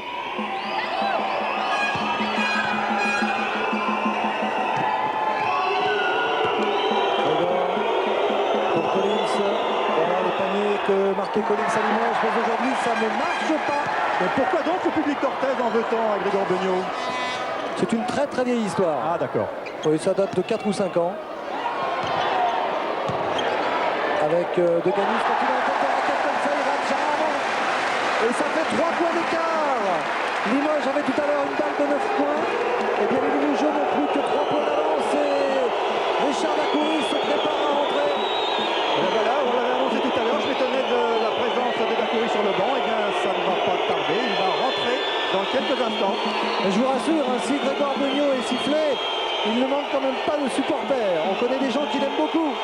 Oh bah c'est un super joueur, hein. Il sait de qui tenir, de Jean-Paul, son père, et puis c'est le frère d'Éric, le joueur de Villeurbanne. Une sacrée famille de basketteurs, les Beugnot. Que l'on salue ici. Avec 3 points d'avance toujours pour Limoges. Limoges qui a la balle en main avec justement Éric Beugnot. Alors là, vous n'avez qu'à ouvrir vos oreilles et vous allez tout de suite comprendre que c'est Beugnot qui va shooter un lancer franc. Écoutez plutôt. Jean-Paul Beugnot, le père que j'ai vu jouer alors que vous étiez en culotte courte à la communale. Eh oui, c'est dire les forces vives de ce service des sports d'Antenne 2. Allez, alors que nos amis crient Beugnot, il faut un petit couplet. Donc Grégoire en a vu d'autres et il marque avec la plus grande des sérénités pour donner 5 points d'avance. En fait, je pense que ça ne gêne nullement les joueurs, ces démonstrations derrière le panier. Bah, les joueurs comme Grégoire en tout cas. Beugnot qui est face à Carter maintenant. Ortega qui mène le jeu côté Orthez.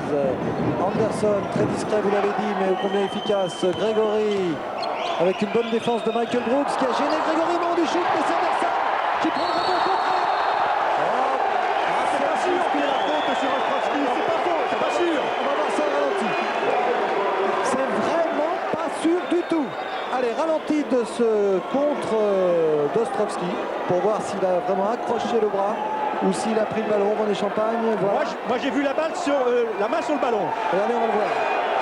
Là, Anderson, Ostrovski. Ah, il faut nous laisser le temps de voir. On est frustré.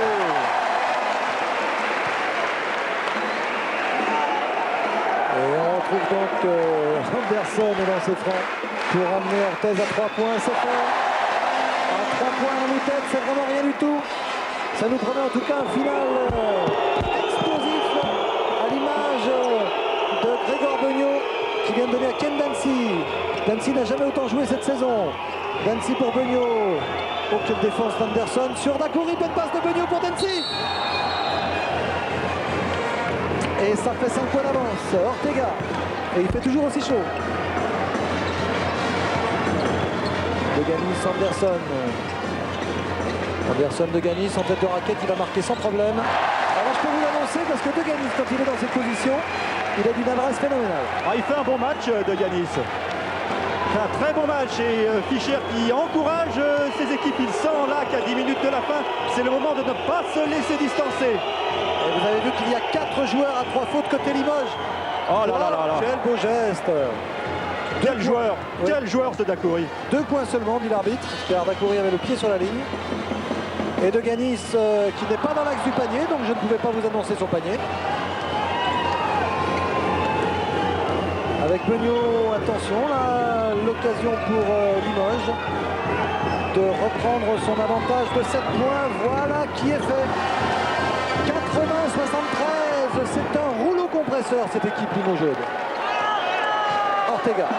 Disons, Patrick, qu'on ne s'est pas gêné tout au long de la saison à Stade 2 de dire que Limoges était la meilleure équipe de France. Aïe aïe aïe, 4e faute pour Brooks. Ça va compter. 9 minutes 19 à jouer, 4e faute. Vestris doit se préparer à revenir. Alors là, la tactique dans ces cas-là, généralement, c'est de laisser le joueur.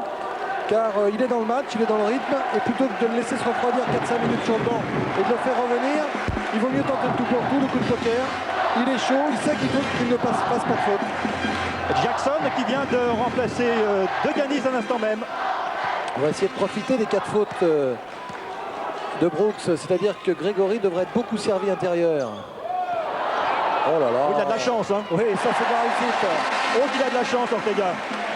9 minutes à jouer, 5 points d'avance pour Limoges. Verra-t-on une nouvelle finale mardi soir sur Antenne 2? Ou assistera-t-on au sacre de maintenant? Peut-être une nouvelle finale avec cette interception d'Ortega. Et cette passe pour Anderson qui va... Oh là là! Passage en force pour Anderson, dit l'arbitre. Mais si Anderson a fait passage en force, c'est parce qu'il a glissé. Oui. Je crois comprendre la raison de ce passage en force. Il a glissé, Anderson. Oui, mais l'arbitre choisit l'option passage en force. Regardez Anderson. Regardez Anderson, ses pieds d'appui.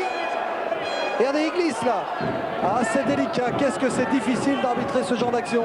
Ah, puis il faut prendre la décision sur le champ.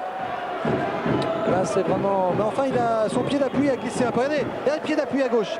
Il glisse. Il glisse et puis M. Altmeyer est juste devant. Ouais.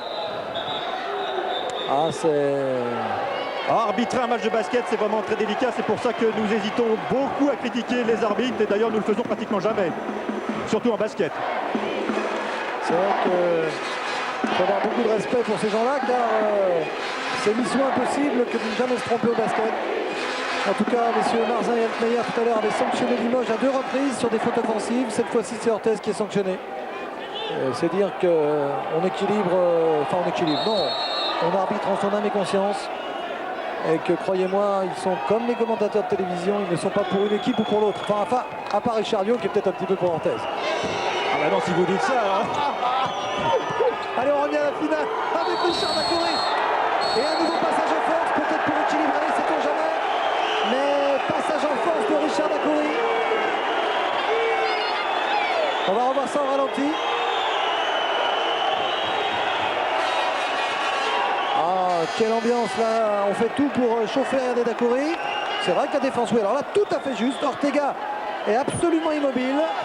Et c'est Dacoury qui vient de percuter. L'option des 2 petits, Richard Orthez, avec Hufnagel et Ortega. Super match des 2 équipes et aussi super match des arbitres. Je crois qu'il faut le dire, ils n'ont pratiquement pas fait d'erreur depuis le début de ce match. Tout à fait, Hufnagel là avec une défense très agressive de Ken Dancy. Voilà, bon bloc de Jackson qui récupère la balle et qui ne marque pas, non. Rebond de Gregor Beugnot pour Ostrovski. Bien seul, Ostrovski, bien seul. Et c'est vrai que c'est pas un shooter extérieur, il récupère maintenant, ça va être plus facile pour lui peut-être de provoquer la faute, en tout cas faute de Frédéric Hufnagel, c'est sa 4e faute. Aïe aïe aïe. C'est à Hufnagel ou Anderson la faute? Ah bah écoutez, c'est peut-être Anderson, oui, bah voilà, vous avez raison.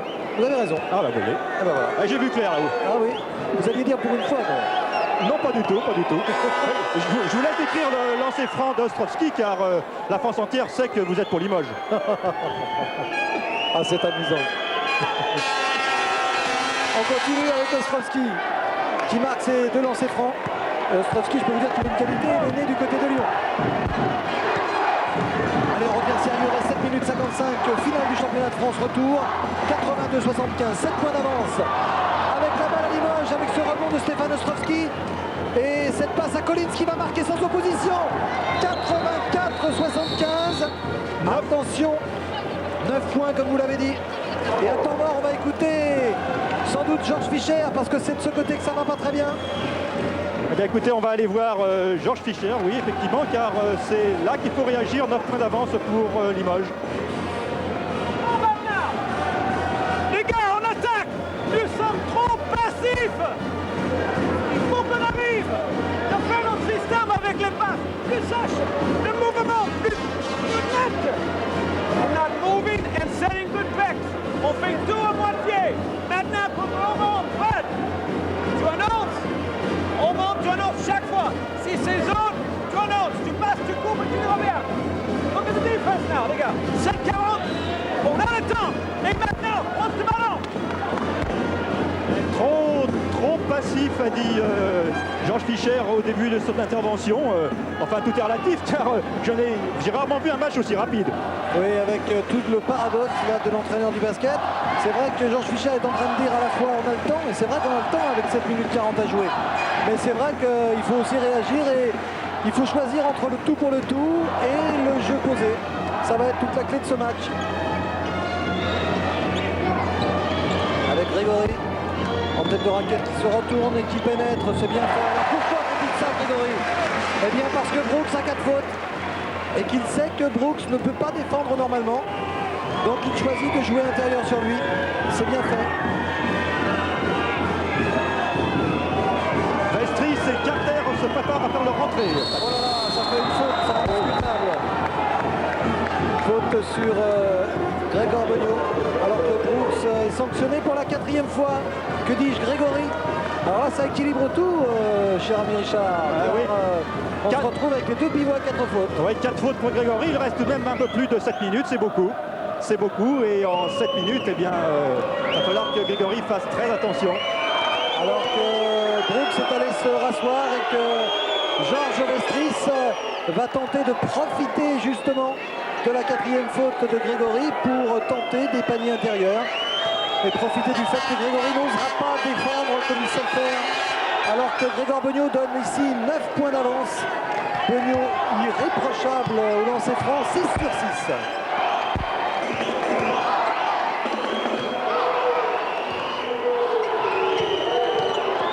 Ah oui, c'est bien fait ça, mais ça suffira pas si Grégory reprend de nouveau le rebond. Ça, il l'a pas volé celui-là, il en est à 19 points. Et 7 points d'avance pour Limoges. Limoges et Orthez, 2 équipes qui ont beaucoup de métiers. On ne pense pas qu'une d'entre elles devrait craquer complètement en cette fin de match. Donc cette passe de Ostrowski, c'était un peu n'importe quoi. Et Grégory aussi, c'est un peu n'importe quoi. Avec un marché. Là, c'est marrant, dans un match de ce niveau, cette qualité de jeu, de voir 2 fautes grossières comme ça en quelques secondes, c'est dire toute l'importance de cette rencontre. Oui, c'est vrai, parce que Orthez pouvait profiter de cette faute de Limoges. Eh bien non, il l'a gâché bêtement, alors qu'il reste que 6 minutes et demie. Et que Dacoury a raté son tir à 3 points. Oh, il a tourné ce ballon, il est ressorti. Ça peut faire la différence, ce genre de mésaventures, mais il faut qu'Orthez sache gagner les bonnes occasions comme ici avec Carter, contré par Ben Collins, superbement contré. Collins se passe en backdoor pour Dacoury et faute de Carter. Ah oui, celle-là indiscutable. D'ailleurs, j'ai regardé Dacoury qui a jeté un œil sur Carter et qui a attendu la faute. Eh bien, c'est chose faite, on voit vraiment.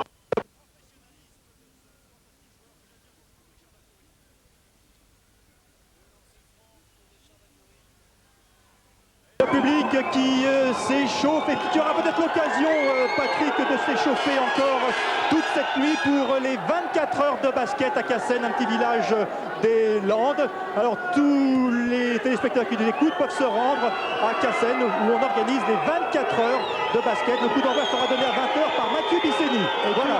Et toujours du basket, on en parlera tout à l'heure peut-être avec le jubilé de notre ami Jalon, l'arbitre.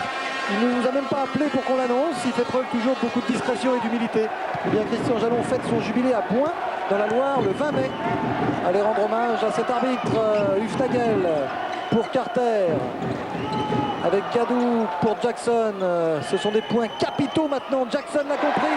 Et il prend le match à son compte. Il a raison. Il ramène son équipe à 7 points. 7 points, 5 minutes 40 de la fin.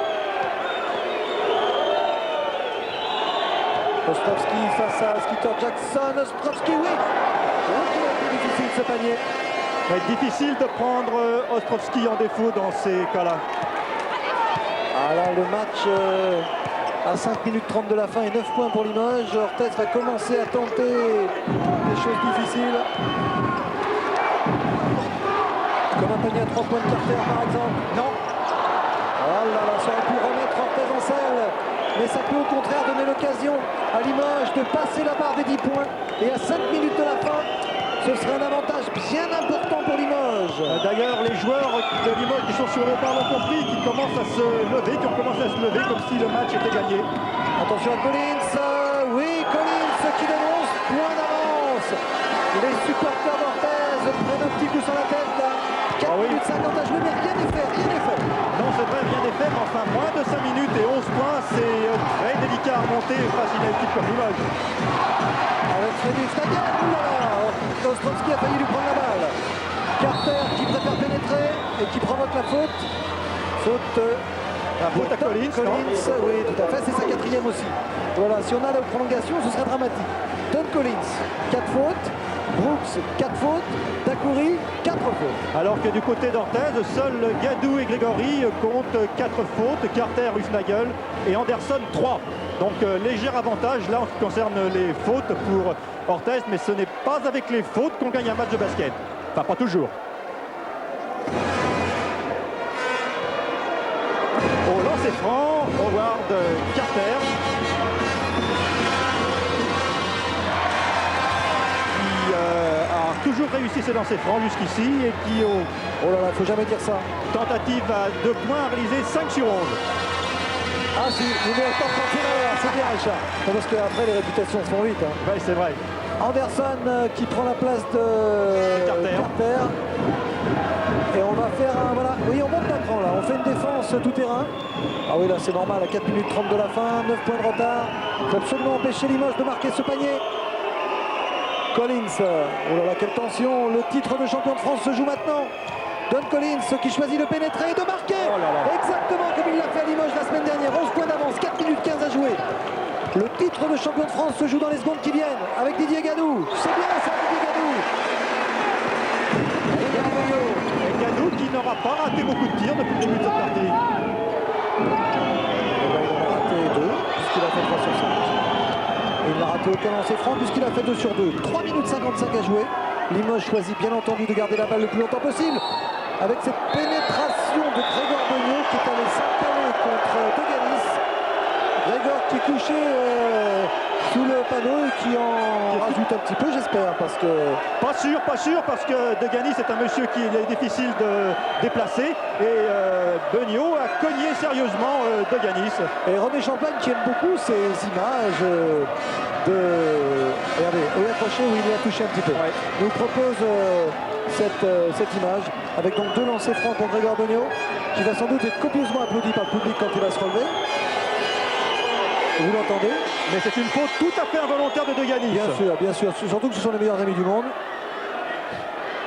Alors Grégor qui va se trouver au lancer franc. C'est peut-être pas facile de marquer un lancer franc quand on vient de prendre un petit coup de la part d'un deuxième ligne comme Jean-Luc Deganis.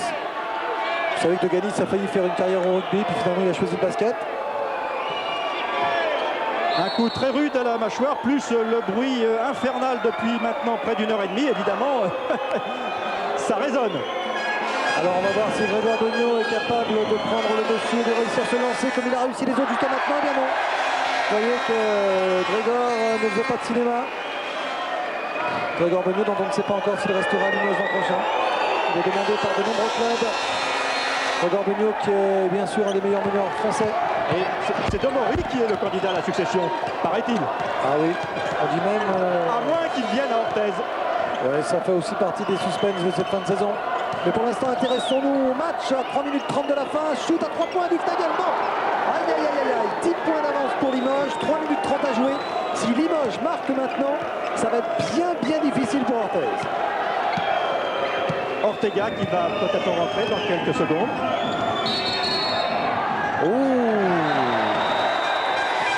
Alors ça a été très mal apprécié. On siffle un marché à Richard Dacoury là, qui se retournait pour dribbler. Ortega qui remplace Hufnagel, voilà, c'est chose faite. Hufnagel qui n'est pas content, il faut dire que pendant les matchs, il fait toujours une drôle de tête, Hufnagel. Et pourtant, c'est le joueur le plus sympa du monde. Gadou pour Carter, 3 minutes 14 à jouer, il va falloir shooter à 3 points. Et il faut shooter à 3 points, regardez, il a le pied sur la ligne. C'est 2 points seulement, hein. Voilà, très bien arbitré. C'est difficile à juger, mais les arbitres sont bien placés sur le terrain. 8 points, tout est encore possible, si Limoges ne parvient pas à marquer ce panier. Voilà, avec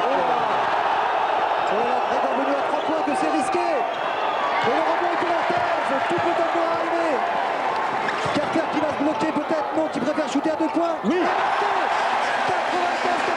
6 points, 2 minutes 30, rien n'est fait. On le dit, on répète. Il ne faut pas avoir le petit bras, il ne faut pas trembler dans ces cas-là. Et c'est pour ça que Collins prend la balle en main, lui qui a toute l'expérience de la NBA. Mais Collins qui perd la balle. Et c'est une faute pour Collins. C'est la 5e faute. C'est le tournant du match. Je ne sais pas dans quel sens sera ce tournant. Mais 5 fautes pour Collins. Alors qu'il reste 2 minutes 20 à jouer. Regardez Collins qui va perdre la balle. Est-ce qu'il fait faute? Oh, Collins n'est pas content. Oh, qu'il n'est pas content du tout. Oh là là, regardez Collins, on va le voir de près. Là, il perd la balle. Alors comme il est un peu embêté d'avoir perdu la balle, eh bien, il a un petit peu plaqué son adversaire direct. Quelle finale. Là, je pense qu'on va se régaler, Richard. 2 minutes 20 à jouer. 6 points et 2 lancers francs. 1 plus 1 exactement. Ça peut donner l'occasion à Orthez de revenir à 4 points. Je vous l'ai dit, je vous le répète, tout est encore possible. Tout est encore possible, y compris la prolongation. Ah oui, le scénario catastrophe pour le programme, ce serait prolongation plus remise de la coupe. Alors qu'Ortega va réussir son deuxième lancer. 4 points d'avance, précise du terrain, avec le ballon perdu par Limoges. Et un contre de Michael Brooks sur Ortega. Et maintenant la balle à Ken Dancy passe intérieur. Avec la balle pour Michael Brooks qui provoque la faute de Didier Gadou. Ah, quelle ambiance! La 5e faute pour Didier Gadou, si mon compte est bon et si l'ordinateur l'est aussi, je pense que oui. C'est la 5e pour Didier Gadou. Votre compte est bon. Ah, si on va aux prolongations, il va falloir se mettre en tenue, mon cher Richard. Oui. Parce qu'ils vont plus être assez nombreux. Alors, je ne sais pas avec quelle équipe vous jouerez, mais il va falloir se préparer. Ah bah s'il y a une prolongation, il faudra choisir un autre avion. Hein. Alors moi je reste dans les Landes. Je préfère le soleil des Landes. Attention, Michael Brooks dans une ambiance de feu. Le premier lancer franc est réussi et il donne 5 points d'avance à Limoges. Alors, il faut avoir les nerfs solides là. Michael Brooks pour son deuxième lancer franc. Oh, quelle ambiance! Il est manqué! Et le rebond à Deganis. Deganis qui va pénétrer pour aller marquer. Aïe, aïe, aïe. 5e faute à Brooks. Est-ce que l'arbitre accepte au panier? Je crois qu'il ne va pas l'accepter. Ah, il ne va pas l'accepter. Ah, difficile d'arbitrer, c'est vrai, là, mais disons, si j'avais été à la place de l'arbitre, je le donnais, ce panier. Non, il considère que la balle a été contrée dans sa phase ascendante, alors que Brooks et Collins ont 5 fautes. Temps mort, on va vite écouter le temps mort, peut-être du côté de Gomez. Gomez sans américain, au moins vous êtes sûr qu'il ne parlera pas américain.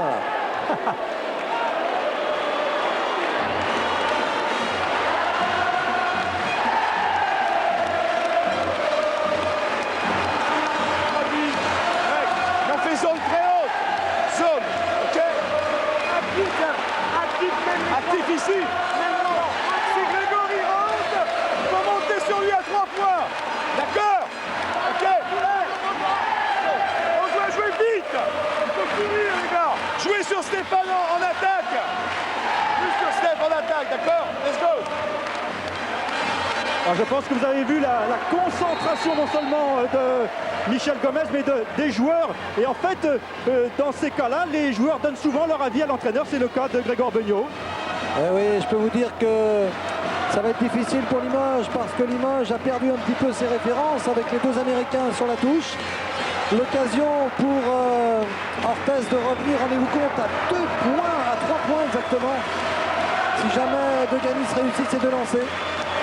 Ah, ils sont capitaux ces deux lancers de Jean-Luc De Ganis. Le premier est manqué. Aïe aïe aïe. 5 points d'avance, 2 minutes 04 à jouer. Ah, il y a les Orthésiens qui ont le cœur qui s'arrête là. Il va falloir manier le ballon côté Limoges pour garder 30 secondes. Ah, il a raté encore, c'est pas vrai. Avec Ken Dancy qui récupère pour Grégor Beugnot. Il faut donner au manieur de ballon, voilà. On choisit de jouer sur Ostrovski qui perd la balle. Incroyable. Oh là là, le nombre de ballons perdus des Limougeaux, c'est inouï. Et Ortega qui ramène son équipe à 3 points, c'est la magie de la moutette. Et sur ce panier de Christian Ortega, le gaucher, qui lui aussi est d'un calme invraisemblable dans ces conditions. Avec Grégor Beugnot, oh là là, on semble perdu côté Limougeaux. Avec une faute de Carter. 1+1, est-ce qu'on va choisir option ou est-ce qu'on shoot? On choisit de shooter. On shoot le 1+1 pour Richard Dacoury. Richard, c'est vrai, d'habitude assez adroit au lancer franc. Il a fait 5 sur 5 jusqu'à maintenant. Alors, je peux vous dire que ce lancer franc, il va être cher. Le premier est réussi. 97-93, 4 points d'avance. Quoi qu'il arrive, quelle que soit l'équipe qui gagne aujourd'hui, on a vécu un grand moment de basket. Dacoury, il manque le deuxième. Et la balle est pour Orthez, 4 points d'avance pour Limoges. À 1,35 de la fin. Limoges. 4 points, c'est pas beaucoup. Non, Limoges est en mauvaise posture là. C'est Orthez qui a le vent en poupe avec Ortega, qui choisit de pénétrer. Carter pour Anderson. Anderson, le rebond sera pour Limoges et la balle pour Orthez. Car c'est Vestris qui a mis la balle dehors, dit M. Marzin. Ah oui, Grégor Beugnot n'est pas du tout d'accord, mais M. Marzin donne la balle à Orthez. Ah, l'arbitre est patron ici et il décide. On peut peut-être revoir ça au ralenti, René Champagne. Voilà, je suis sûr que vous êtes en train de vous recaler pour voir qui a touché la balle. Alors qu'il y a un temps mort, on va en profiter pour regarder au ralenti qui a touché la balle en dernier. Voilà, avec ce plan, on va y arriver. Avec un shoot manqué d'Ortega, un rebond, Vestris. Ah, c'est difficile, hein. Ouh là là. Ils sont deux à prendre la balle en même temps. Je suis sûr que tous les supporters d'Orthez ont vu un Limougeau et vice versa. On va le voir sur un autre angle. Regardez. Une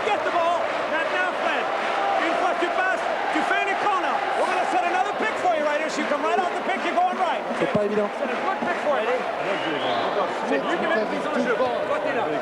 You make the pass, and you set a pick right here for Howard. Okay. Maintenant, en défense, les gars, maintenant. On monte tout le temps sans faire des fautes. La défense homme à homme. Pour le reste, mon cher Patrick, je n'ai rien entendu car les supporters d'Orthez là font vraiment un bruit infernal. Alors en tout cas 4 points d'avance pour Limoges et je vous le répète, quel que soit le vainqueur, superbe match de basket. Limoges ou Orthez, ça n'a presque plus d'importance. On s'est régalé, le basket a prouvé que c'était un grand spectacle. Avec Carter ici, Carter pour Hufnagel. Orthez a le vent en poupe, Orthez joue avec beaucoup de sérénité. Mais Grégor Beugnot vient de voler la balle. Attention, 59 secondes à jouer, ça a été peut-être le tournant. Avec Dacoury face à Hufnagel. Ken Dancy maintenant. Dancy qui va pénétrer, non, qui préfère garder la balle. Attention aux interceptions, Dacoury maintenant. Si Limoges marque, c'est terminé. Mais ça va être difficile. Ostrovski va prendre ses responsabilités. Non, Dacoury à 3 points qui marque. C'est le panier qui va sacrer Limoges champion de France. 7 points d'avance à 30 secondes de la fin. Fabuleux pari de Richard Dacoury qui réussit un panier à 3 points à 30 secondes de la fin. Ça vraiment, il fallait le faire. Ah, c'était vraiment le panier à ne pas rater. Vous avez vu, Patrick, le calme de Dacoury qui a pris son temps avec son sang-froid habituel et qui a marqué ses 3 points exceptionnels et décisifs. Ah, je vous disais que Orthez avait le vent en poupe car Orthez jouait merveilleusement bien. Et quoi qu'il advienne, Pierre Seillan disait il faut qu'on prouve qu'on était à la hauteur de cette finale. Eh bien Orthez était ô combien à la hauteur de cette finale avec Ortega qui tente le tout pour le tout. Mais Dacoury, après avoir marqué le panier décisif, prend le rebond décisif. Et Ostrovski, lui, va conclure peut-être avec ce rebond. Il provoque la faute de Christian Ortega. 12 secondes à jouer, 7 points d'avance pour Limoges. C'en est sans doute terminé. Des chances d'Orthez, mais qu'Orthez match et quel basket. Il faut croire, mon cher Patrick, que seul le basket peut nous offrir un spectacle de cette qualité et de cette intensité. Ah oui, c'est vrai que bon, hier soir, on a vu un but à la dernière seconde chez nos amis de Canal pour Marseille. C'était pas mal non plus, mais le match avait été moins palpitant que celui d'aujourd'hui. Et c'est vrai qu'au volleyball, on voit des belles choses, qu'il y a beaucoup de sports intelligents et sympathiques, même ceux défendus par notre ami Pierre Fula. Mais c'est vrai que le basket, c'est super. Toujours ici en soutien. D'accord. Ken ici. D'accord. Et là, vous commencez ici, Joby, Ken, et après vous faites ça. On essaye de faire le backdoor avec Richard. Ou alors Stéphane ici. D'accord. Stéphane, sur Stéphane et Stéphane Richard. Ok, let's go. Oh, de toute façon, quelle que soit la tactique adoptée par Gomez, je crois que c'est fini. Enfin, j'en ai sûr que c'est fini, il reste 12 secondes. Oui, ça s'est vu en NBA, 7 points en 8 secondes. Mais là, vraiment, je crois qu'on peut déjà rendre hommage, alors que Richard, je vais vous demander de, voilà, j'avais demandé à M. Bellespito de favoriser une remise en place rapide. Et on va assister ensuite à la remise de la coupe. Alors que j'espère que le public d'Orthez saura rendre hommage également au champion de France, même si on est déçu du côté d'Orthez. Et je vais changer de micro, je préviens nos amis du son pour prendre le micro à chef. Alors qu'il reste 10 secondes à jouer. Dakouri qui donne à Ostrovski, Ostrovski pour le sac. Avec une faute de Paul Anderson, elle est évidente celle-là. C'est la 4e faute de Paul Anderson. Et on se retrouve maintenant avec une ambiance un petit peu explosive. Je ne sais pas si mon micro passe. Moi je ne m'entends pas, mais enfin c'est pas très grave. Et on se retrouve donc avec Ostrovski au lancer franc pour marquer le 101e point, voilà qui est fait. Je crois qu'on va assister au sacre et que Richard, j'espère que l'ambiance sera bonne.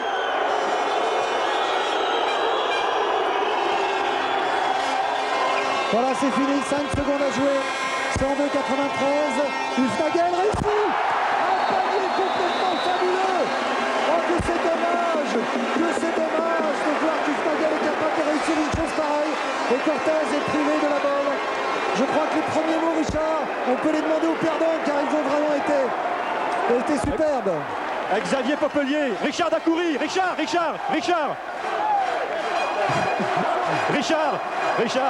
Quel match, seul le basket peut nous offrir un spectacle pareil. Hein. C'est exactement cette année, on prévu, on savait que ça allait être un match difficile. Ça l'a été, je crois qu'on a fait faire des preuves d'une belle maîtrise. Et c'est vraiment un des plus beaux titres que je n'ai. Grand match aussi, je crois, à vous de le dire. Non, mais je peux vous le dire, un grand match. Peut-être qu'il y a quelque chose à vous dire peut-être, il a merde envie. Il n'y aura pas de belle, président, il n'y aura pas de belle. Il n'y aura pas de belle et je donne rendez-vous à tous nos supporters ce soir vers 23h, place de la République à Limoges. Ça va être super. Voilà, et ce qui est super aussi, c'est l'attitude de Pierre Seillant. Vraiment très beau match d'Orthez avec son panier du Fnagel à la dernière seconde qui prouve qu'Orthez vraiment avait sa place ici. Et si Orthez a perdu, c'est parce que Limoges a fait une fin de match exceptionnelle. Écoutez, je crois qu'Orthez a prouvé qu'il était largement digne de la finale. Je pense que désormais, il faut se tourner vers l'avenir. Le panier de Freddy Fnagel est un gage d'espoir. Et je fais le serment ce soir, comme Limoges a fait le serment il y a 2 ans ici même, qu'on reprendra le titre à Limoges tôt ou tard. Bravo, merci Pierre Seillant. La remise de la Coupe de Champion de France donc va avoir lieu maintenant avec Monsieur le ministre qui va peut-être nous donner d'ailleurs son avis sur la rencontre. Je sais que vous êtes un connaisseur, vous êtes, votre taille le prouve, un ancien basketteur. C'est vrai. Bien écoutez, je crois que Orthez a fait un match magnifique. Ça s'est joué sur un panier qui n'ont pas marqué, qui pouvait faire douter Limoges. Et je crois que l'équipe la plus complète l'a finalement emporté. C'est très difficile de gagner ici. Et donc, pour féliciter Limoges en remerciant Orthez pour son panache. Dites-moi, Jacques Kéran, ancien basketteur, Jospin, ancien basketteur, Michel Noir, ancien basketteur, on ne peut pas faire un match un jour d'homme politique? Si, qui sait, moi je suis disponible. Ah ben on monte le coup. Merci monsieur le ministre, je vous laisse remettre les médailles et la coupe aux champions de France. Alors que nous avons encore, je pense, oui, quelques secondes, il n'est que même pas 16 heures. Nous vous rendrons, regardez, monsieur Michel Jospin, j'espère que vous le voyez sur vos images. Richard, vous êtes avec monsieur le maire de Pau, je crois. Vous allez, suivons ces images, voilà. Monsieur le ministre qui remet la coupe de champion de France à Richard Dakouri. Richard Dakouri qui présente la coupe avec le public d'Orthez qui